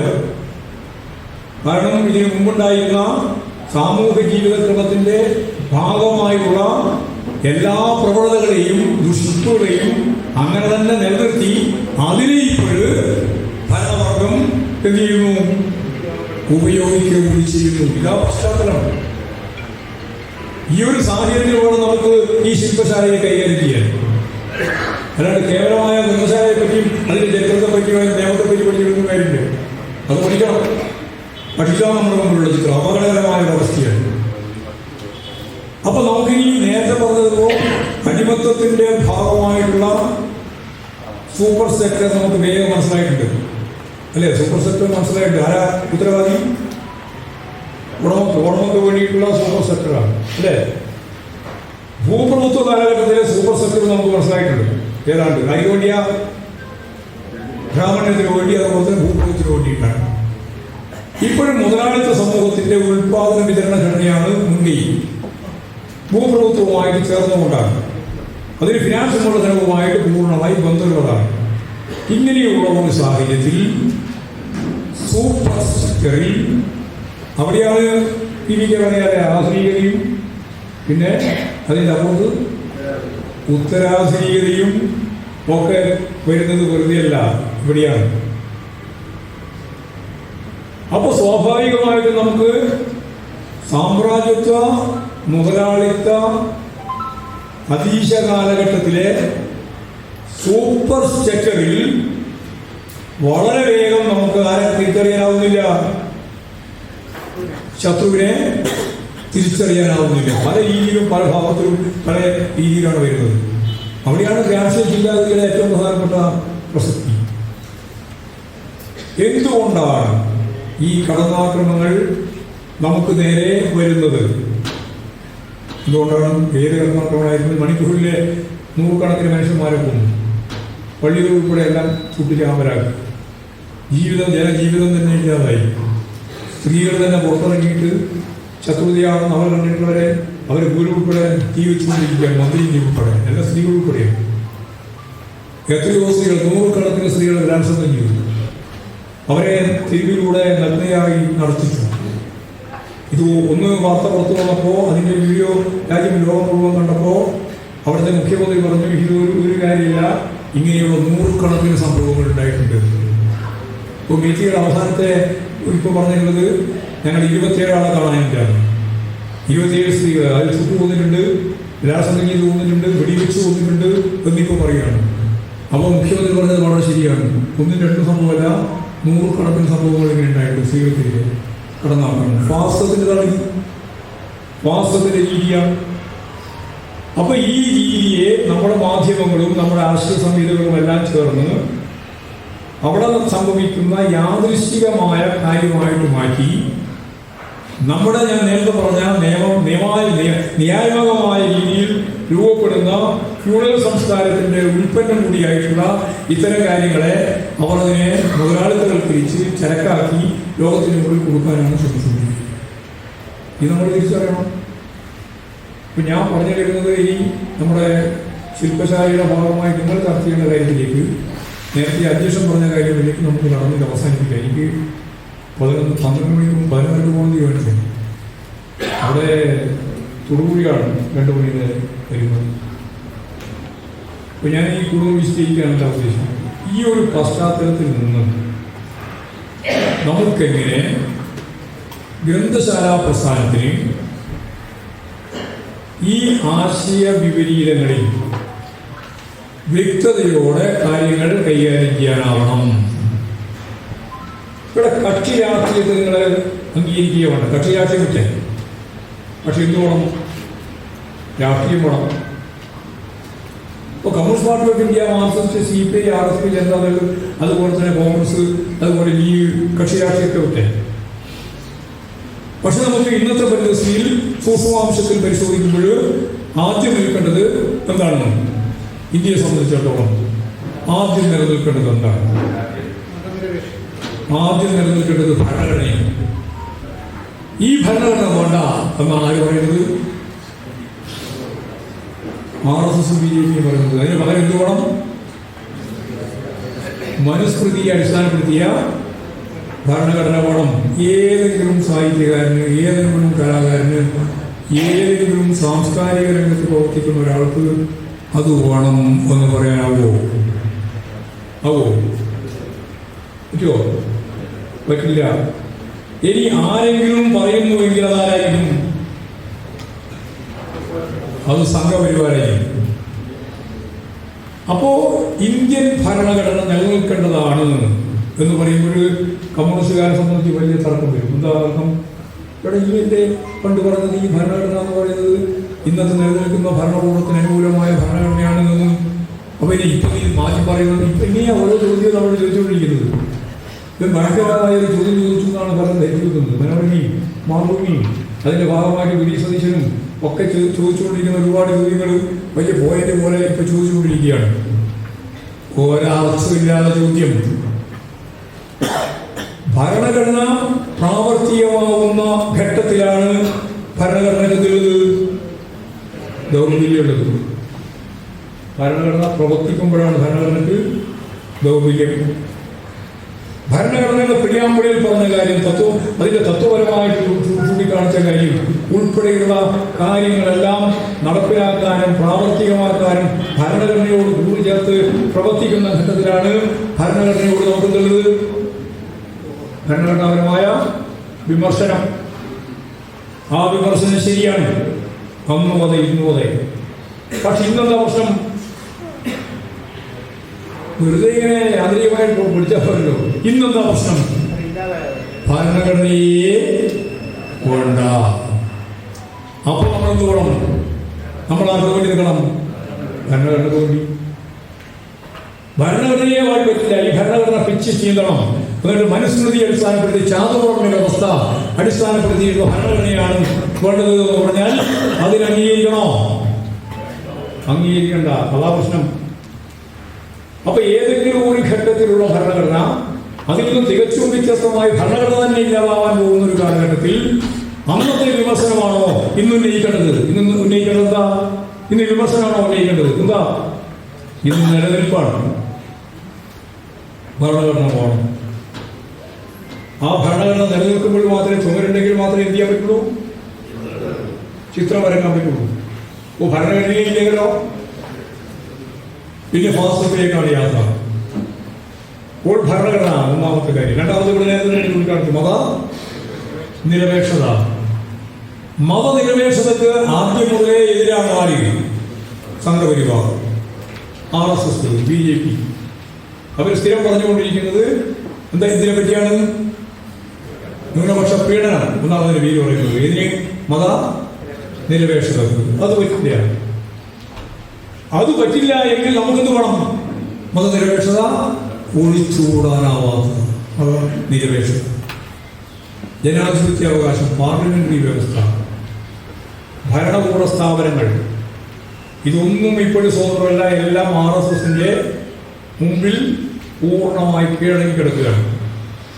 അങ്ങനെയുള്ള സാഹചര്യത്തിൽ ഈ പറയുന്ന ഓരോന്നിനും, അത് ഇലക്ഷൻ കമ്മീഷൻ ആയാലും സുപ്രീം കോടതി ആയാലും ED ആയാലും CBI ആയാലും ഏതായാലും അതെല്ലാം സ്വതന്ത്രമായി നിലനിൽക്കണം എന്നുള്ള അഭിപ്രായം നമുക്കുണ്ട്. പക്ഷേ ഇപ്പോഴില്ല. ഇപ്പോഴും ആ അഭിപ്രായമില്ല. ആ തരത്തിലേക്ക് അവരില്ല. അപ്പോൾ അത് സംരക്ഷിക്കണം. അപ്പോൾ മതനിരപേക്ഷത, ഞാൻ നേരത്തെ പറഞ്ഞ ഭരണഘടന, മതനിരപേക്ഷത, ഇനി സംസ്ഥാന ഗവൺമെന്റുകളും കേന്ദ്രവും തമ്മിലുള്ള ഫെഡറൽ സംവിധാനം, ജനാധിപത്യ മൂല്യം, പാർലമെന്ററി വ്യവസ്ഥ, ഇതൊക്കെ നിലനിർത്തേണ്ടുന്നതിൻ്റെ ആവശ്യകത ഉൾക്കൊള്ളുന്ന സാമൂഹ്യ സാമ്പത്തിക ജീവിതത്തിലെ ഉപരിഘടനയായ ആശയതലം കൈകാര്യം ചെയ്യാൻ ആർക്ക് ബാധ്യതയുണ്ട്? ഗ്രന്ഥശാല പ്രസ്ഥാനത്തിന്റെ പ്രവർത്തകർക്ക് ബാധ്യതയുണ്ട്. ഇനി എവിടെയും ഒരു പാർട്ടിയെയും കാണുന്നില്ല. ഒരു ഭാഗത്ത് ജനാധിപത്യത്തിന് വേണ്ടി, മതനിരപേക്ഷതയ്ക്ക് വേണ്ടി, ഭരണഘടനയ്ക്ക് വേണ്ടി, മറുഭാഗത്ത് ഇതിനെല്ലാം എതിരായിട്ട്. ഇവിടെയാണ് നമ്മൾ ഗൗരവപൂർവം ആശയപ്രചരണത്തിന്റെ ഭാഗമായ പ്രവർത്തനത്തിലേക്ക് പോകണം. ഇനി ഒരു കാര്യം കൂടി ഇതിന്റെ ഭാഗമായിട്ട് പറയാം. ആശയപ്രചരണം ഇന്ന് ലോകത്തെവിടെയായാലും ബോധപൂർവം സംഘടിപ്പിക്കുന്ന ഒന്നാണ്. ആശയപ്രചരണം യോഗവാക്യം പോലെ വരുന്നതല്ല. എന്തിനാണ് ആശയപ്രചരണം? അത് നേരത്തെ ഞാൻ പറഞ്ഞിട്ടുണ്ട്. ജന്മിത്വ കാലഘട്ടത്തിലും അടിമത്ത കാലഘട്ടത്തിലും ആർക്ക് വേണ്ടിയിട്ടാണ് ആശയപ്രചരണം?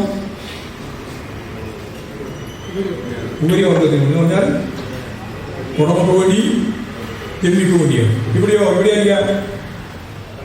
ഇവിടെ ഭൂപ്രഭുത്വത്തിനും സാമ്രാജ്യത്തിനും മുതലാളിത്തത്തിനും, പുത്ര മുതലാളിത്തം, കോർപ്പറേറ്റുകൾക്ക്, ഇവർക്കെല്ലാം വേണ്ടിയാണ്. ഇങ്ങനെയുള്ള ഒരു സാഹചര്യം വരുമ്പോൾ മുതലാളിത്തം ഏത് ഘട്ടത്തിലും മൂലധന നിക്ഷേപം നടത്തുന്നത് എന്തിനു വേണ്ടിയിട്ടാണ്? ലാഭം. കൂടുതൽ ലാഭം. അങ്ങനെ കൂടുതൽ ലാഭം എന്ന സാമ്പത്തിക താല്പര്യം വെച്ചുകൊണ്ട് മുതലാളിത്തം പ്രവർത്തിക്കുമ്പോൾ മുതലാളിത്ത മൂലധന നിക്ഷേപം ഒരു പ്രത്യേക ശാഖയിലേക്ക് നല്ലതുപോലെ മാറ്റപ്പെടുന്നു. അതേതാ? ശരിക്കും ശ്രദ്ധിച്ചാലേ മനസ്സിലാവുള്ളൂ. ഉറപ്പ് തൂങ്ങിയാണെന്ന് ശരിയാവും. പറഞ്ഞോ? ഒരു മൂലധന നിക്ഷേപം, ഒരു ഭാഗത്ത് മൂലധന നിക്ഷേപം, മൂലധന നിക്ഷേപം നടത്തുന്നതല്ല, ആരറിഞ്ഞ മുതലാളികൾ.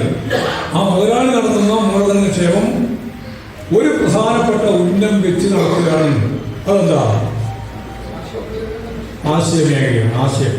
അതിൽ പത്രമുണ്ട്, ചാനലുണ്ട്, അതിൽ സിനിമയുണ്ട്, അതിൽ നോവലുണ്ട്, തുടങ്ങിയ എല്ലാവരും സർവ്വതും വരും. ഇങ്ങനെ മൂലധന നിക്ഷേപം നടത്തുമ്പോൾ അവർക്ക് എന്ത് വേണം? മുതലാളിക്ക് എന്ത് വേണം? ശരിക്കും ശ്രദ്ധിച്ചു പറയണം. അവർക്ക് ലാഭം വേണം, അതിൽ വിട്ടുവീഴ്ചയില്ല. മുതലാളിത്ത മൂലധനം വെറുതെ നിക്ഷേപിക്കില്ല, അവർക്ക് ലാഭം വേണം. വെറും ലാഭം മാത്രമല്ല, കൂടുതൽ ലാഭം വേണം. എന്നാൽ ഈ ലാഭം, കൂടുതൽ ലാഭം വന്ന മൂലധന നിക്ഷേപത്തിന്റെ പണരൂപത്തെ ആശയ സംഹിതയ്ക്ക് വേണ്ടിയുള്ള മാധ്യമ മേഖലയിൽ, ആശയതലങ്ങളിൽ നിക്ഷേപിച്ചാൽ എന്താണ് ഉദ്ദേശിക്കുന്നത്? നിക്ഷേപിക്കുമ്പോഴെന്താണ് ഉദ്ദേശിക്കുന്നത്? ഭരണവർഗത്തിന്റെ നിലപാടുകൾക്ക് മനുഷ്യ സമൂഹത്തിൽ മേധാവികളൊന്നും പറയണം, അത് ശരിക്കും മലയാളമാണ്. മനുഷ്യ സമൂഹത്തിൽ എന്ത് വേണം? സ്വീകാര്യത വേണം. അളകാര്യം. അതുകൊണ്ടാണ് മനോരമയും മാതൃഭൂമിയും ഏഷ്യാനെറ്റും ഈ പറയുന്ന മുഴുവൻ കാര്യങ്ങളും ആ സ്വീകാര്യത നേടാനുള്ള ശ്രമമാണ് നടത്തിക്കൊണ്ടിരിക്കുന്നത്. അത് നമ്മൾ അറിയാതെയാണ് ആ സ്വീകാര്യത അവർ നേടുക. ഞങ്ങൾ വലിയ കൊള്ളക്കാരാണ്, കോടാനുകൂടിയ ലോകത്തിലെ ഏറ്റവും വലിയ മുതലാളിയായി അദാനിയെ രൂപപ്പെടുത്തിയിരിക്കുന്നു, അതുപോലെ തന്നെ അംബാനിയെ രൂപപ്പെടുത്തിയിരിക്കുന്നു, പാവപ്പെട്ടവർ കൂടുതൽ പാവപ്പെട്ടവരായി നിൽക്കുകയാണ് എന്നെല്ലാം ഉള്ളത് വസ്തുതാപരമായ ശരിയാണ്. ഈ വസ്തുതാപരമായ ശരി ആരെ വിളിച്ചു പറഞ്ഞിട്ടുണ്ടോ? ഉണ്ടോ? ആശയമേലും വൈരുദ്ധ്യം വരുമ്പോഴാണ് നമ്മൾ വിളിച്ചു പറയുന്നത്. അപ്പോ ഇനി ഒരു കാര്യം കൂടി പറയുമ്പോഴാണ് ഇത് പൂർണ്ണമാകുക. നിലവിലുള്ള ഭരണകൂടത്തിൻ്റെയും അതിൻ്റെ വർഗ താല്പര്യ സംരക്ഷണത്തിൻ്റെ ഉപകരണമായിട്ട് നിലകൊള്ളുന്ന വർഗങ്ങളുടെയും സംരക്ഷണത്തിന് സാധിക്കണമെങ്കിൽ ആ ഉൽപാദന വിതരണ ഘടനയ്ക്ക്, ആ ഭരണകൂടത്തിന് പൊതുസമൂഹത്തിൽ സ്വീകാര്യത വേണം. ആ സ്വീകാര്യത നേടുന്നതിലൂടെയാണ് ആര് നിലനിൽക്കുന്നത്? ഈ സാമൂഹ്യ വ്യവസ്ഥ നിലനിൽക്കുന്നത്. അപ്പോ മനുഷ്യ സമൂഹത്തിന്റെ ചരിത്രത്തിൽ മുതലാളിത്തത്തിന്റെ വളർച്ചയിൽ മൂലധന നിക്ഷേപം കൂടുതൽ ലാഭം എന്നാണ് കാണുന്നതെങ്കിൽ ആ ലാഭത്തോടൊപ്പം തൻ്റെ വർഗത്തിന്റെ ചൂഷണ വ്യവസ്ഥയെ രാജ്യത്ത് താങ്ങി നിർത്തുന്നതിലുതകുന്ന ആശയ സംഹിതയ്ക്ക് രൂപം നൽകുന്ന ഈ സൂപ്പർ സ്ട്രക്ചറിലെ ആശയങ്ങളുടെ വളരെ വലിയ മേധാവിത്വം ആരുടെ കയ്യിലേക്ക് എത്തിയിരിക്കുന്നത്? ആരുടെ കയ്യിലാണ്? ഈ കേരളത്തിൽ ഉൾപ്പെടെ ആരുടെ കയ്യിലാണ്? ഒരു സംശയവുമുണ്ട, ഇന്ത്യയിലെ കോപ്പറേറ്റുകളുടെ കയ്യിലാണ്. ഇപ്പോൾ ഇന്ത്യ ഉൾപ്പെടെയല്ല ബി ജെ പിയുടെ ഏറ്റവും പ്രധാനപ്പെട്ട കാര്യം ന്യൂസ് 18 എല്ലാം തന്നെ അതാണ്. ഏതായാലും അപ്പോൾ ഞാൻ പറഞ്ഞത് ഒരു കാര്യം നിങ്ങൾക്ക് മനസ്സിലായിട്ട്, അതായത് മുതലാളിത്ത സമൂഹത്തിന്റെ അല്ലെങ്കിൽ മുതലാളിത്ത വികസനവാദിയെ ഭൂപ്രഭുത്വവുമായി സന്ധി ചെയ്ത സാമ്രാജ്യത്വ ഫിനാൻസ് മൂലധനവുമായിട്ട് ബന്ധപ്പെട്ട ഈ കുത്തക കുടുംബങ്ങൾ, കോർപ്പറേറ്റുകൾ നിലനിൽക്കേണ്ടുന്നതിൻ്റെ ആവശ്യകത പത്രമായാലും മാധ്യമത്തിന്റെ വിവിധ ശാഖകൾ എടുത്ത് പരിശോധിച്ചാലും അതിന് സ്വീകാര്യതയോടുകൂടി ജനങ്ങളുടെ മുമ്പിൽ അവതരിപ്പിച്ച് അതിനടിസ്ഥാനപ്പെടുത്തിയിട്ട് നമ്മോടൊപ്പം നിൽക്കുന്ന ജനവിഭാഗം പോലും ആശയതലത്തിൽ നമുക്കെതിരാകുന്ന ആശയ സൃഷ്ടിക്ക് ഉതകുന്ന രീതിയിൽ ഈ മൂലധന ശക്തികൾ ഇപ്പോഴും പ്രവർത്തിച്ചുകൊണ്ടിരിക്കുന്നു. ലോകത്തെ ആശയ സംഹിതയുടെ സൃഷ്ടിക്കു വേണ്ടിയുള്ള മൂലധന സ്വരൂപണത്തിൽ 99% അവരതാണ്. വാർത്തകൾ സൃഷ്ടിക്കുകയാണ്, ഉള്ള വാർത്ത കൊടുക്കലല്ല, വാർത്തകൾ സൃഷ്ടിക്കുകയാണ്. ഈ വാർത്തകളെല്ലാം സൃഷ്ടിക്കുന്നത് ഒരു സംശയവും വേണ്ട ആരുടെ താല്പര്യമാണ്? ഭരണവർഗത്തിന്റെ താല്പര്യം. ഇവിടെയാണ് ഇനി ഗ്രന്ഥശാല പ്രസ്ഥാനം ഏറ്റെടുക്കേണ്ടുന്ന ഏറ്റവും ഗൗരവകരമായ ഒരു ചുമതലയിലേക്ക് ഞാൻ കടക്കാൻ ഉദ്ദേശിക്കുന്നു. കക്ഷി രാഷ്ട്രീയത്തിന് അതീതമായി മനുഷ്യ സമൂഹം ഇന്ന് അഭിമുഖീകരിക്കുന്ന കോർപ്പറേറ്റുവൽക്കരിക്കപ്പെട്ട, സാമ്രാജ്യത്വവൽക്കരിക്കപ്പെട്ട പ്ലൂറൽ സമൂഹത്തിന്റെ ഒപ്പം നിൽക്കുന്ന ആശയ സംഹിതകളെ ജനപക്ഷത്തു നിന്നുകൊണ്ട്, സാധാരണ മനുഷ്യന്റെ പക്ഷത്തു നിന്നുകൊണ്ട് ജനകീയമായി പ്രതിരോധിക്കാനുള്ള ഈ കേരളത്തിലെ ഏറ്റവും പ്രധാനപ്പെട്ട സംഘടിതമായ പ്രസ്ഥാനം ഗ്രന്ഥശാല പ്രസ്ഥാനമാണ്. ഇതാണ് നിങ്ങളുടെ പ്രസക്തി. ഇപ്പോൾ പുരോഗമന സാഹിത്യങ്ങളും അതുപോലെ തന്നെയുള്ള സാഹിത്യ പ്രസ്ഥാനങ്ങളൊക്കെ ഉണ്ട്. അതിനൊക്കെ വളരെ വളരെ പരിമിതിയാണ്. ഇവിടെ വളരെ പ്രധാനമായി 9,000-ലധികം വരുന്ന ഗ്രന്ഥശാലകൾ ഈ കേരളത്തിലുണ്ട്. 9,000-ലധികം ഗ്രന്ഥശാലകൾ കേരളത്തിലുണ്ടെങ്കിൽ ഈ 9,000 ഔദ്യോഗിക തലത്തിൽ നിന്ന് മാറി നിൽക്കുന്ന അനൗദ്യോഗിക സർവകലാശാലകളാണ് ഗ്രന്ഥശാലകൾ. അത് നിങ്ങൾ ആദ്യം മനസ്സിലാക്കണം. വെറുതെ ഗ്രന്ഥശാലയ്ക്ക് ആളായാൽ പോരാ, അതാണ് ഉത്തരവാദിത്വം. അനൗദ്യോഗിക സർവകലാശാലയെ പോലെ ഓരോ ലൈബ്രറിയും പ്രവർത്തിക്കണം. ഇതൊരു ഭാഗം.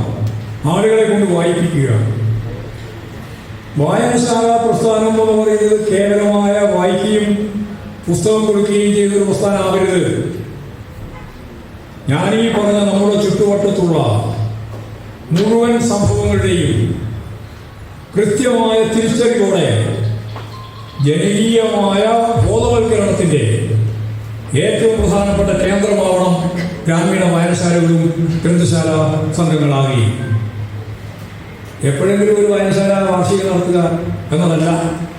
പിന്നെ ഗ്രാൻഡ് കിട്ടുന്നതിന് വേണ്ടി 5 എണ്ണം പോകണം, പല എത്ര വേണ്ടിപ്പോ 12 എണ്ണം പോകണം എന്ന് പറഞ്ഞാൽ 12 എണ്ണം ഉണ്ടാകാനൊന്നും ഒരു പണിയില്ല. അതിനെ കള്ളതെടുക്കുക എന്നൊരു ഒന്നാമത്തെ. പിന്നെ അതിലാരാ അവിടെ നീ പ്രസംഗിച്ചു. ഒന്നാമത്തെ അധ്യക്ഷൻ നീ, രണ്ടാമത്തെ ആള് ആരെങ്കിലും അതിൻ്റെ അപ്പുറത്തുള്ള ഒരാൾ, അല്ലെങ്കിൽ പനിയായി കോടതിയാണെങ്കിൽ പോയി ഉദ്ഘാടകൻ എന്നെ കുറിച്ച് നോട്ടീസ് അടിക്കുക. അതിനെ കുറിച്ച് നടന്നുണ്ട് ഒന്നാമതായി. രണ്ടാമത് ഇതേപോലെ തന്നെ ബോധം ഉണ്ടാക്കുക. ഉണ്ടാക്കാൻ എന്താ പണി? ഇപ്പൊ പണ്ടത്തെ പോലെ പണിയില്ല, ഇപ്പൊ വളരെ ഉണ്ടാകും.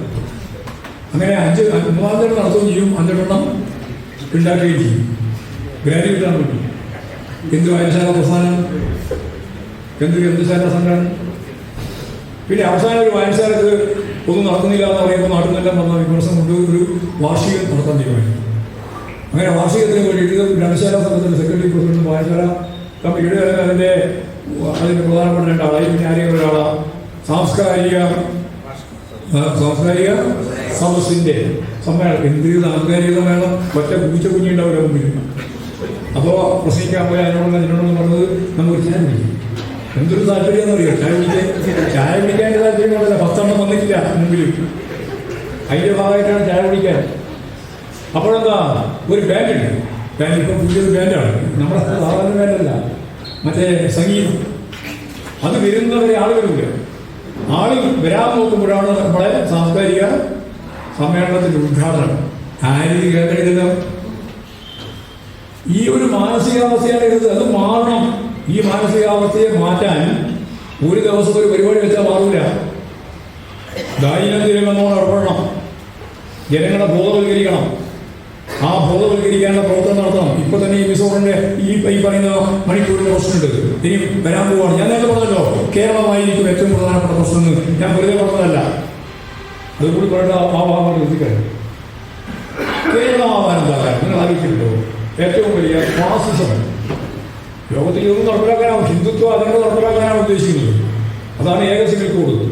അത് നടപ്പിലാവില്ല സാധാരണ രീതിയിൽ. ഒരു നിയമം കൊണ്ടൊന്നും നടപ്പിലാവില്ല. അപ്പോൾ അടിച്ചേൽപ്പിക്കണം. അടിച്ചേൽപ്പിക്കണമെന്ന് എന്താ പറയാ? ഭരണകൂടം കരുത്തുപയോഗിച്ച് ഒരു നിയമം നടപ്പിലാക്കുക എന്ന് പറഞ്ഞാൽ അത് ഫാസിസമാണ്.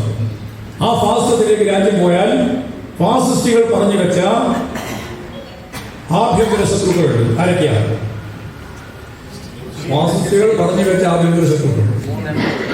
3 എണ്ണമാണ്. എന്തൊക്കെയാ? 1 മുസ്ലിം, 2 മിഷണറീസ്, 3 മാർക്സിസ്റ്റ്. ഈ 3 എണ്ണമാണ് ലോകത്ത്.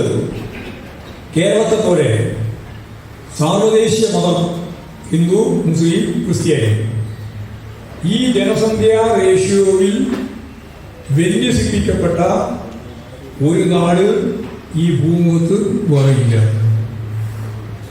ഇന്ത്യയിൽ പറയില്ല എന്നല്ല ഞാൻ പറഞ്ഞത്, ഈ ലോകത്ത് ഇല്ല. നമുക്ക് നമ്മളെ പറ്റി കൃത്യമായ ധാരണയിലായിട്ടാണ്. നമ്മൾ വളരെ വളരെ ഉദാസീനമാണ് നമ്മുടെ കാഴ്ചപ്പാടുകൾ.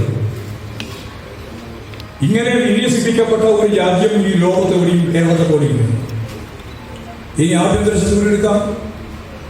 ആഭ്യന്തര ശത്രുവിന്റെ ഒന്നാമത്തെ ശത്രു ഏതാ? മുസ്ലിം. രണ്ടാമത്തെ ശത്രു ക്രിസ്ത്യാനി. എത്ര ശതമാനമായി? 48%, 49%. പിന്നീട് മാർക്സിസ്റ്റ് മഹാഭൂരിപക്ഷം എതിരാ മാർക്സിസ്റ്റ് മഹാഭൂരിപക്ഷം എതിരാ ഹിന്ദുക്കളാണ്.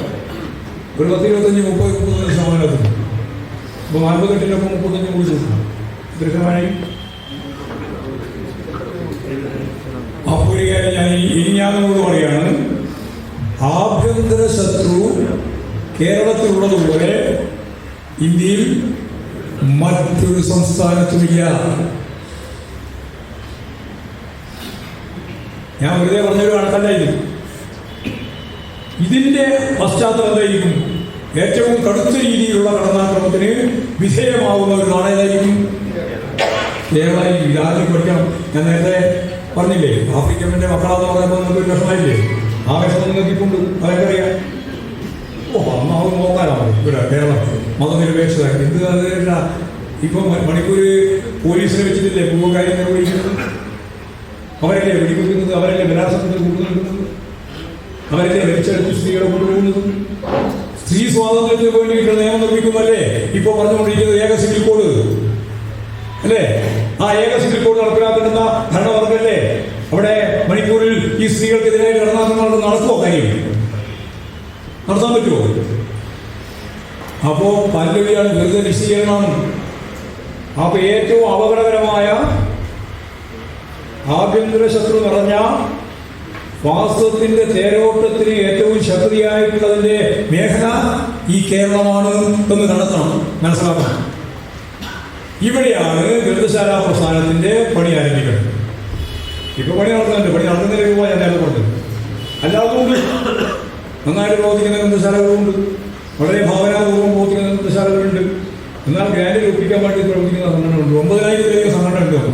9,000 അതിൽ ഏതാണ്ട് പകുതിയോളം ചെയ്യുന്നതാണ്. പകുതിയോളം മിക്കവാറും ഒപ്പിക്കുന്നുണ്ട്. പിന്നെ പുസ്തകം കൊടുക്കലും വാങ്ങലും നമുക്ക് നന്നായി അറിയുന്നുണ്ട്. ഞാനും ലൈബ്രറിയിലായിരുന്നു. അതുകൊണ്ട് എനിക്ക് വരുന്ന നല്ലതാണ്. ഞാൻ ചെറിയ കുട്ടിയായിരിക്കുന്ന ഘട്ടം മുതൽ ലൈബ്രറിയിലായിട്ട് ലൈബ്രറി പ്രസ്ഥാനത്തിന് വേണ്ടി ആദ്യം മുതലേ. പിന്നെ എനിക്കൊരു കാര്യം, എന്നെ ഞാനാക്കിയത് ഗ്രന്ഥശാല പ്രസ്ഥാനമാണ് എന്നുള്ള കാര്യത്തിൽ എനിക്ക് യാതൊരു തോന്നിയില്ല. അതൊരു സംഘടനാ പ്രവർത്തനങ്ങളല്ല.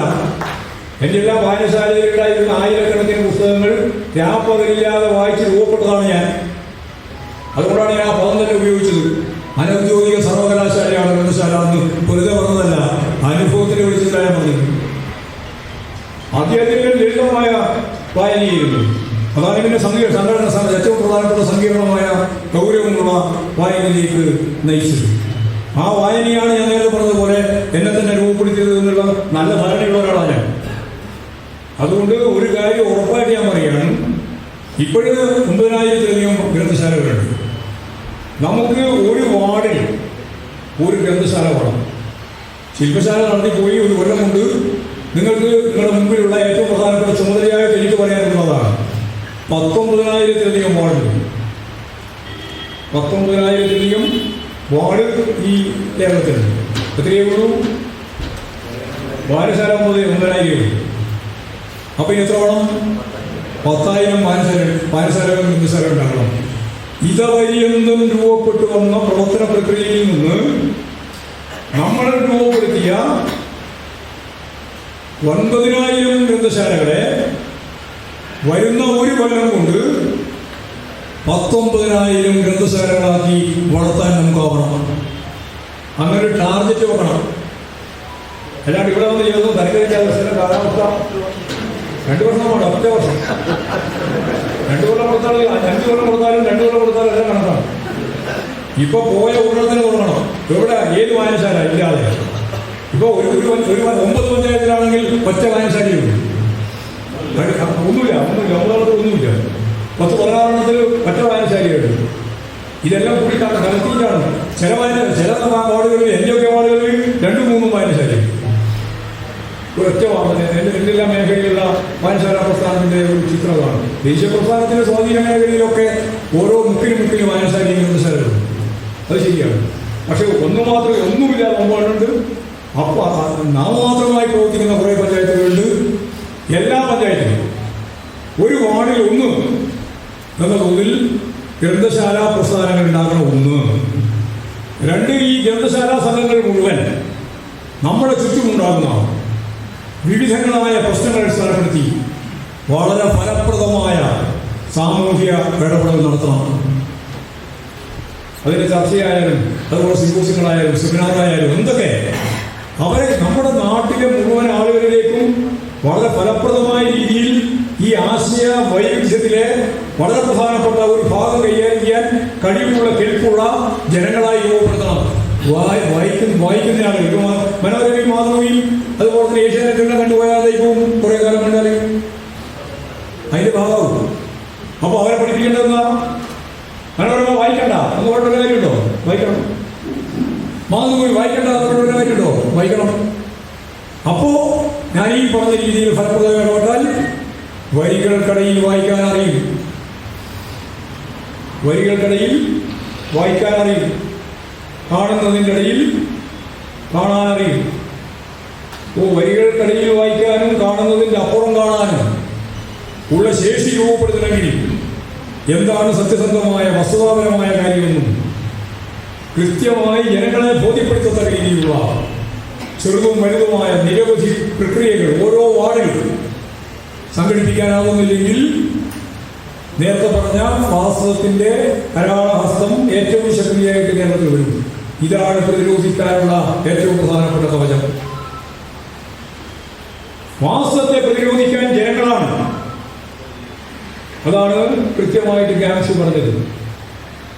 നിങ്ങളുടെ കടന്നാക്രമത്തിന് വിധേയപ്പെടാൻ എനിക്ക് മനസ്സില്ല എന്ന് എപ്പോഴാണോ പറയുന്നത് അന്ന് ഭരണകൂടത്തിന് എന്ത് ചെയ്യാൻ പറ്റില്ല. ഭരണകൂടത്തിന് അടുത്ത് നിർത്താൻ പറ്റില്ല. ഭരണകൂടമല്ല കരുത്ത്, ജനങ്ങളാണ്. നിന്റെ എല്ലാ അടിച്ചമർത്തലുകളെയും അതിജീവിച്ചുകൊണ്ട് ഞങ്ങളിതാ മുമ്പോട്ടേക്ക് പോകുന്നു എന്നുള്ള മനസ്സുള്ള ഒരു സമൂഹം സൃഷ്ടിക്കപ്പെട്ടാൽ ഒരു ഭരണകൂടത്തിനും അടിച്ചമർത്താൻ പറ്റില്ല. ഇവിടെ നമുക്ക് ആ കരുത്താണ് നേടേണ്ടത്. ആ കരുത്താണ് ഉൽപ്പാദിപ്പിക്കേണ്ടത്. ആ കരുത്ത് ഉൽപ്പാദിപ്പിക്കാനുള്ള ജനാധിപത്യ ബോധമാണ് നമുക്ക് രൂപപ്പെടുത്തേണ്ടത്. അതിനു വേണ്ടിയുള്ള വായനശാല ഗ്രന്ഥശാല പ്രസ്ഥാനം, അതിൻ്റെ വിപുലീകരണം, ആ അടിസ്ഥാനത്തിലുള്ള പ്രവർത്തനം. എപ്പോഴെങ്കിലും ഒരു വായനശാല, എന്റെയൊക്കെ ചെറുതായിരിക്കുന്ന കാലത്ത് ഒരു വായനശാലയിൽ നേരത്തെ പറഞ്ഞതുപോലെ ഒരു പ്രധാനപ്പെട്ട വാർഷിക സമ്മേളനമുണ്ട്. ആ വാർഷിക സമ്മേളനത്തിന് അവിടെയുള്ളവരെന്നെയാ നാടകം, അവരെന്നെയാണ് ചുരുക്കാഴ്ച, അവരെന്നെയാണ് ചെറിയ കുട്ടികളുടെ നാടകം. കുട്ടികൾ ഇതിലൊപ്പം തന്നെയുണ്ട്, മഹിളാ സമാജം ഇതിലൊപ്പം തന്നെയുണ്ട്. അപ്പോൾ കുട്ടികൾക്ക് പരിപാടി, സ്ത്രീകൾക്ക് വേറെ പരിപാടി, പുരുഷന്മാരുടെ പരിപാടി. അതൊന്നും നാടകത്തിൽ അഭിനയിക്കാൻ സ്ത്രീകൾ വരുന്ന കാലമല്ല. അത് പുരുഷന്മാരുടെ സ്ത്രീ വേഷം എടുക്കുക. എന്നിട്ട് എത്ര വലിയ അംഗീകാരം നേടിയ പുസ്തകം നാടകങ്ങളാണ് കളിച്ചത്. കേരളത്തിലുള്ള വായനശാല പ്രസ്ഥാനങ്ങൾ ഇപ്പോഴാണ് നേരത്തെ പറഞ്ഞ പോലെ വാടക കൊണ്ടുവന്ന് കളിക്കും. നമുക്ക് പണിയില്ല. മുതലാളിത്തത്തിൻ്റെ ഒരു ഭാഗം നമ്മളെ സ്വാധീനിച്ചു എന്നുള്ളതാണ്. നമുക്കൊരു പണിയില്ല. പൈസ കൊടുത്താൽ മതി, പൈസ കൊടുത്താൽ മതി, പിന്നെ അവർ നടത്തിക്കും. നമ്മുടെ നൂറുകണക്കിന് കേരളമാരുണ്ട്, അവിടെ പ്രവർത്തകരുണ്ടവരെ അവിടെ ഉപയോഗിക്കാൻ നമുക്ക് സാധിക്കുന്നില്ല. അപ്പൊ പൊളിച്ചെഴുത്ത് പോകണം. ശില്പശാലയുടെ എൻ്റെ അഭിപ്രായം ആകെ അടികൂടി പൊളിച്ചെഴുതണം. നിങ്ങളിപ്പോൾ ശ്രമം നടത്തിയിട്ടുണ്ട്. ഇപ്പോൾ ജാതി പരിപാടിയെ പറ്റി എന്ന് പറഞ്ഞല്ലോ. പൊളിച്ചെഴുതണം. ഗ്രാസ് റൂട്ടിൽ ആദ്യത്തെ വാർഡ് മുതൽ തുടങ്ങണം. അവിടെ ഈ പരിപാടി ഞാൻ നേരത്തെ പറഞ്ഞതുപോലെ കൃത്യമായിട്ട് ചർച്ച ചെയ്യപ്പെടണം. ഓരോ കാര്യങ്ങൾ സംബന്ധിച്ച് രാഷ്ട്രീയ കാര്യങ്ങൾ ഇടപെടണം. കക്ഷി രാഷ്ട്രീയത്തിലുള്ള CPM എന്ന് നടക്കണ്ട, CPI എന്ന് നടക്കണ്ട, കോൺഗ്രസോ ലീഗോ വേണ്ട. എല്ലാവരുടെയും മുമ്പിലെ ജനാധിപത്യ അവകാശത്തിന്റെ പ്രശ്നങ്ങൾ മുന്നിൽ വെച്ച് വളരെ ഫലപ്രദമായി ഇന്ത്യയുടെയും ലോകത്തിന്റെയും രാഷ്ട്രീയ കാര്യം എന്ന് പറഞ്ഞാൽ രാജ്യത്തെ ബാധിക്കുന്ന കാര്യങ്ങൾ ചർച്ച ചെയ്യുന്ന നിലയിലേക്ക് നമ്മൾ പോകണം. അപ്പോൾ സാംസ്കാരിക മേഖല എടുക്കാം, പുസ്തക പ്രകാശനവുമായി ബന്ധപ്പെട്ട കാര്യം എടുക്കാം, പുതുതായിട്ട് വന്ന നോവലുകൾ എടുക്കാം, നോവലിന്റെ ഭാഗമായിട്ട് വന്ന പുതിയ പ്രവണതകൾ എടുക്കാം. ആ പ്രവണതയുടെ ഭാഗമായിട്ട് അത് കൂടുതൽ വായിക്കാനാണോ അല്ല വായിപ്പിക്കാതിരിക്കാനാണോ അല്ല സാമ്രാജ്യ പ്രവർത്തകമാണോ തുടങ്ങി ചർച്ച ചെയ്യാം. ഇപ്പോൾ ഒരു പൂർവ്വമായ ചർച്ച എന്തേ ചർച്ച ചെയ്യാത്തത്? നല്ല എണ്ണപ്പെട്ട നോവലുകൾ പുറത്തു വരുന്നുണ്ട്, പുതിയ. ഞാനിപ്പോ എനിക്ക് നല്ല ധാരണ വന്നിട്ടുണ്ട്. കാരണം ഞാൻ ഈ കോവിഡ് പശ്ചാത്തലത്തിൽ ഇതുവരെയെങ്കിലും എഴുതപ്പെട്ട ഏറ്റവും ശ്രദ്ധേയമായ നോവലുകളെല്ലാം വായിച്ചു. 1, 2, 10 നല്ല സമയം ഉണ്ടായിട്ടുണ്ട്, എല്ലാം വായിച്ചു. നോവലുകൾ എത്ര സുന്ദരമായ നോവലുകളാണ്. ഞാൻ മനസ്സിലാക്കാൻ ശ്രമിച്ചു കുഞ്ഞിയെ പറ്റി. ഇവിടെ പറയാനറിയാം ആ നോവൽ കുഞ്ഞി, നോവൽ. എനിക്ക് നല്ല പരിചയമുള്ള ഒരു സ്ഥലത്ത് കൂടി വന്ന് വരുന്ന ഒരു നോവലാണ്. 3 തലമുറയെ പറ്റി വളരെ ഫലപ്രദമായിട്ട് എഴുതിയിട്ടുള്ള പ്രസാദന്റെ നോവൽ. രാജശ്രീയുടെ പുതിയ നോവലുണ്ട്. അത് 24ാമത്തെ പതിപ്പാണിപ്പോൾ പുറത്തു വന്നത്. രാജശ്രീ പെണ്ണുകുളയിലെ ടീച്ചറാണ്. എത്ര സുന്ദരമായിട്ടാണ് എഴുതിയത്. MP ജനാർദ്ദൻ്റെ പുതിയ നോവലുണ്ട്. സുഭാഷ് ചന്ദ്രൻ ഇവർ ഞാൻ ഓരോന്നിനും പേര് പറയല്ലേ, ഇവരൊന്നും അത്രത്തോളം അറിയപ്പെടാത്തവരുകൊണ്ട് ഞാൻ പറഞ്ഞ അറിയപ്പെടുന്നവർ എഴുതിയിട്ടുള്ള പുസ്തകങ്ങളുണ്ട്. സുഭാഷ് ചന്ദ്രൻ ഉൾപ്പെടെ എഴുതിയിട്ടുള്ള നിരവധി പുസ്തകങ്ങൾ. നല്ലപോലെ വായിക്കാൻ പറ്റുന്ന ടി.ഡി. രാമകൃഷ്ണന്റെ പുസ്തകങ്ങൾ, ഭാഗവതം വളരെ ഗൗരവമുള്ള പുസ്തകങ്ങൾ. ഇങ്ങനെ നിരവധി പുസ്തകങ്ങൾ വരുന്നുണ്ട്. നമ്മൾ വായിക്കുകയും പഠിക്കുകയും ചെയ്യാൻ മാത്രം പോലെ അതിനെ നല്ല ചർച്ചയ്ക്ക് വിധേയപ്പെടുത്തണം. അതിൽ വരുന്ന കാര്യങ്ങൾ നമുക്ക് മനസ്സിലാക്കാൻ സാധിക്കണം. ഞാൻ ഒരു ഭാഗം ഒരു ശാഖ മാത്രമാണ്, നിരവധി ശാഖകൾ. അപ്പോൾ വളരെ ഫലപ്രദമായി കേരളത്തിൽ സാമൂഹ്യ സാംസ്കാരിക മേഖലയിലെ സർവതല സ്പർശിയായ മേഖലയിൽ ഇടപെട്ട് പ്രവർത്തിക്കാൻ, അതിൻ്റെ വിപുലീകരണം ഉറപ്പാക്കാൻ ഞാൻ നേരത്തെ പറഞ്ഞ പോലെ അതീശവർഗത്തിൻ്റെ താല്പര്യങ്ങൾക്ക് കൃത്യമായ കാര്യങ്ങൾ ഉൾക്കൊണ്ടുകൊണ്ട് മറുപടി പറയാൻ സാധിക്കുന്ന ഒരു സൈന്യത്തെ ഈ കേരളത്തിൽ രൂപപ്പെടുത്താൻ സാധിക്കുന്ന ഏറ്റവും പ്രധാനപ്പെട്ട പ്രസ്ഥാനമാണ് ഗ്രന്ഥശാല പ്രസ്ഥാനം. ആ ഗ്രന്ഥശാല പ്രസ്ഥാനത്തിന് ഈ ചുമതല നിർവഹിക്കാനായാലേ പൊട്ടി ഒഴുകി രാജ്യം മുഴുവൻ തകർക്കുന്ന ലാവയിൽ നിന്നും ഈ കേരളത്തെ രക്ഷിക്കാനാവുള്ളൂ എന്ന കാര്യം കൃത്യമായിട്ട് മനസ്സിലാക്കാനും അതിൻ്റെ ഭാഗമായിട്ട് നിങ്ങളുടെ ഇനി അങ്ങുള്ള ഈ ശില്പശാലയുടെ ഭാഗമായിട്ടുള്ള കാര്യങ്ങളൊക്കെ ശ്രദ്ധാപൂർവ്വം കൈകാര്യം ചെയ്യാൻ ശ്രമിക്കും എന്നുള്ള പ്രതീക്ഷയോടുകൂടി ഔപചാരികമായി ഈ പരിപാടി ഉദ്ഘാടനം ചെയ്തതായിട്ട് അറിയിച്ചുകൊണ്ട് ഞാൻ എൻ്റെ വാക്കുകളിലേക്ക്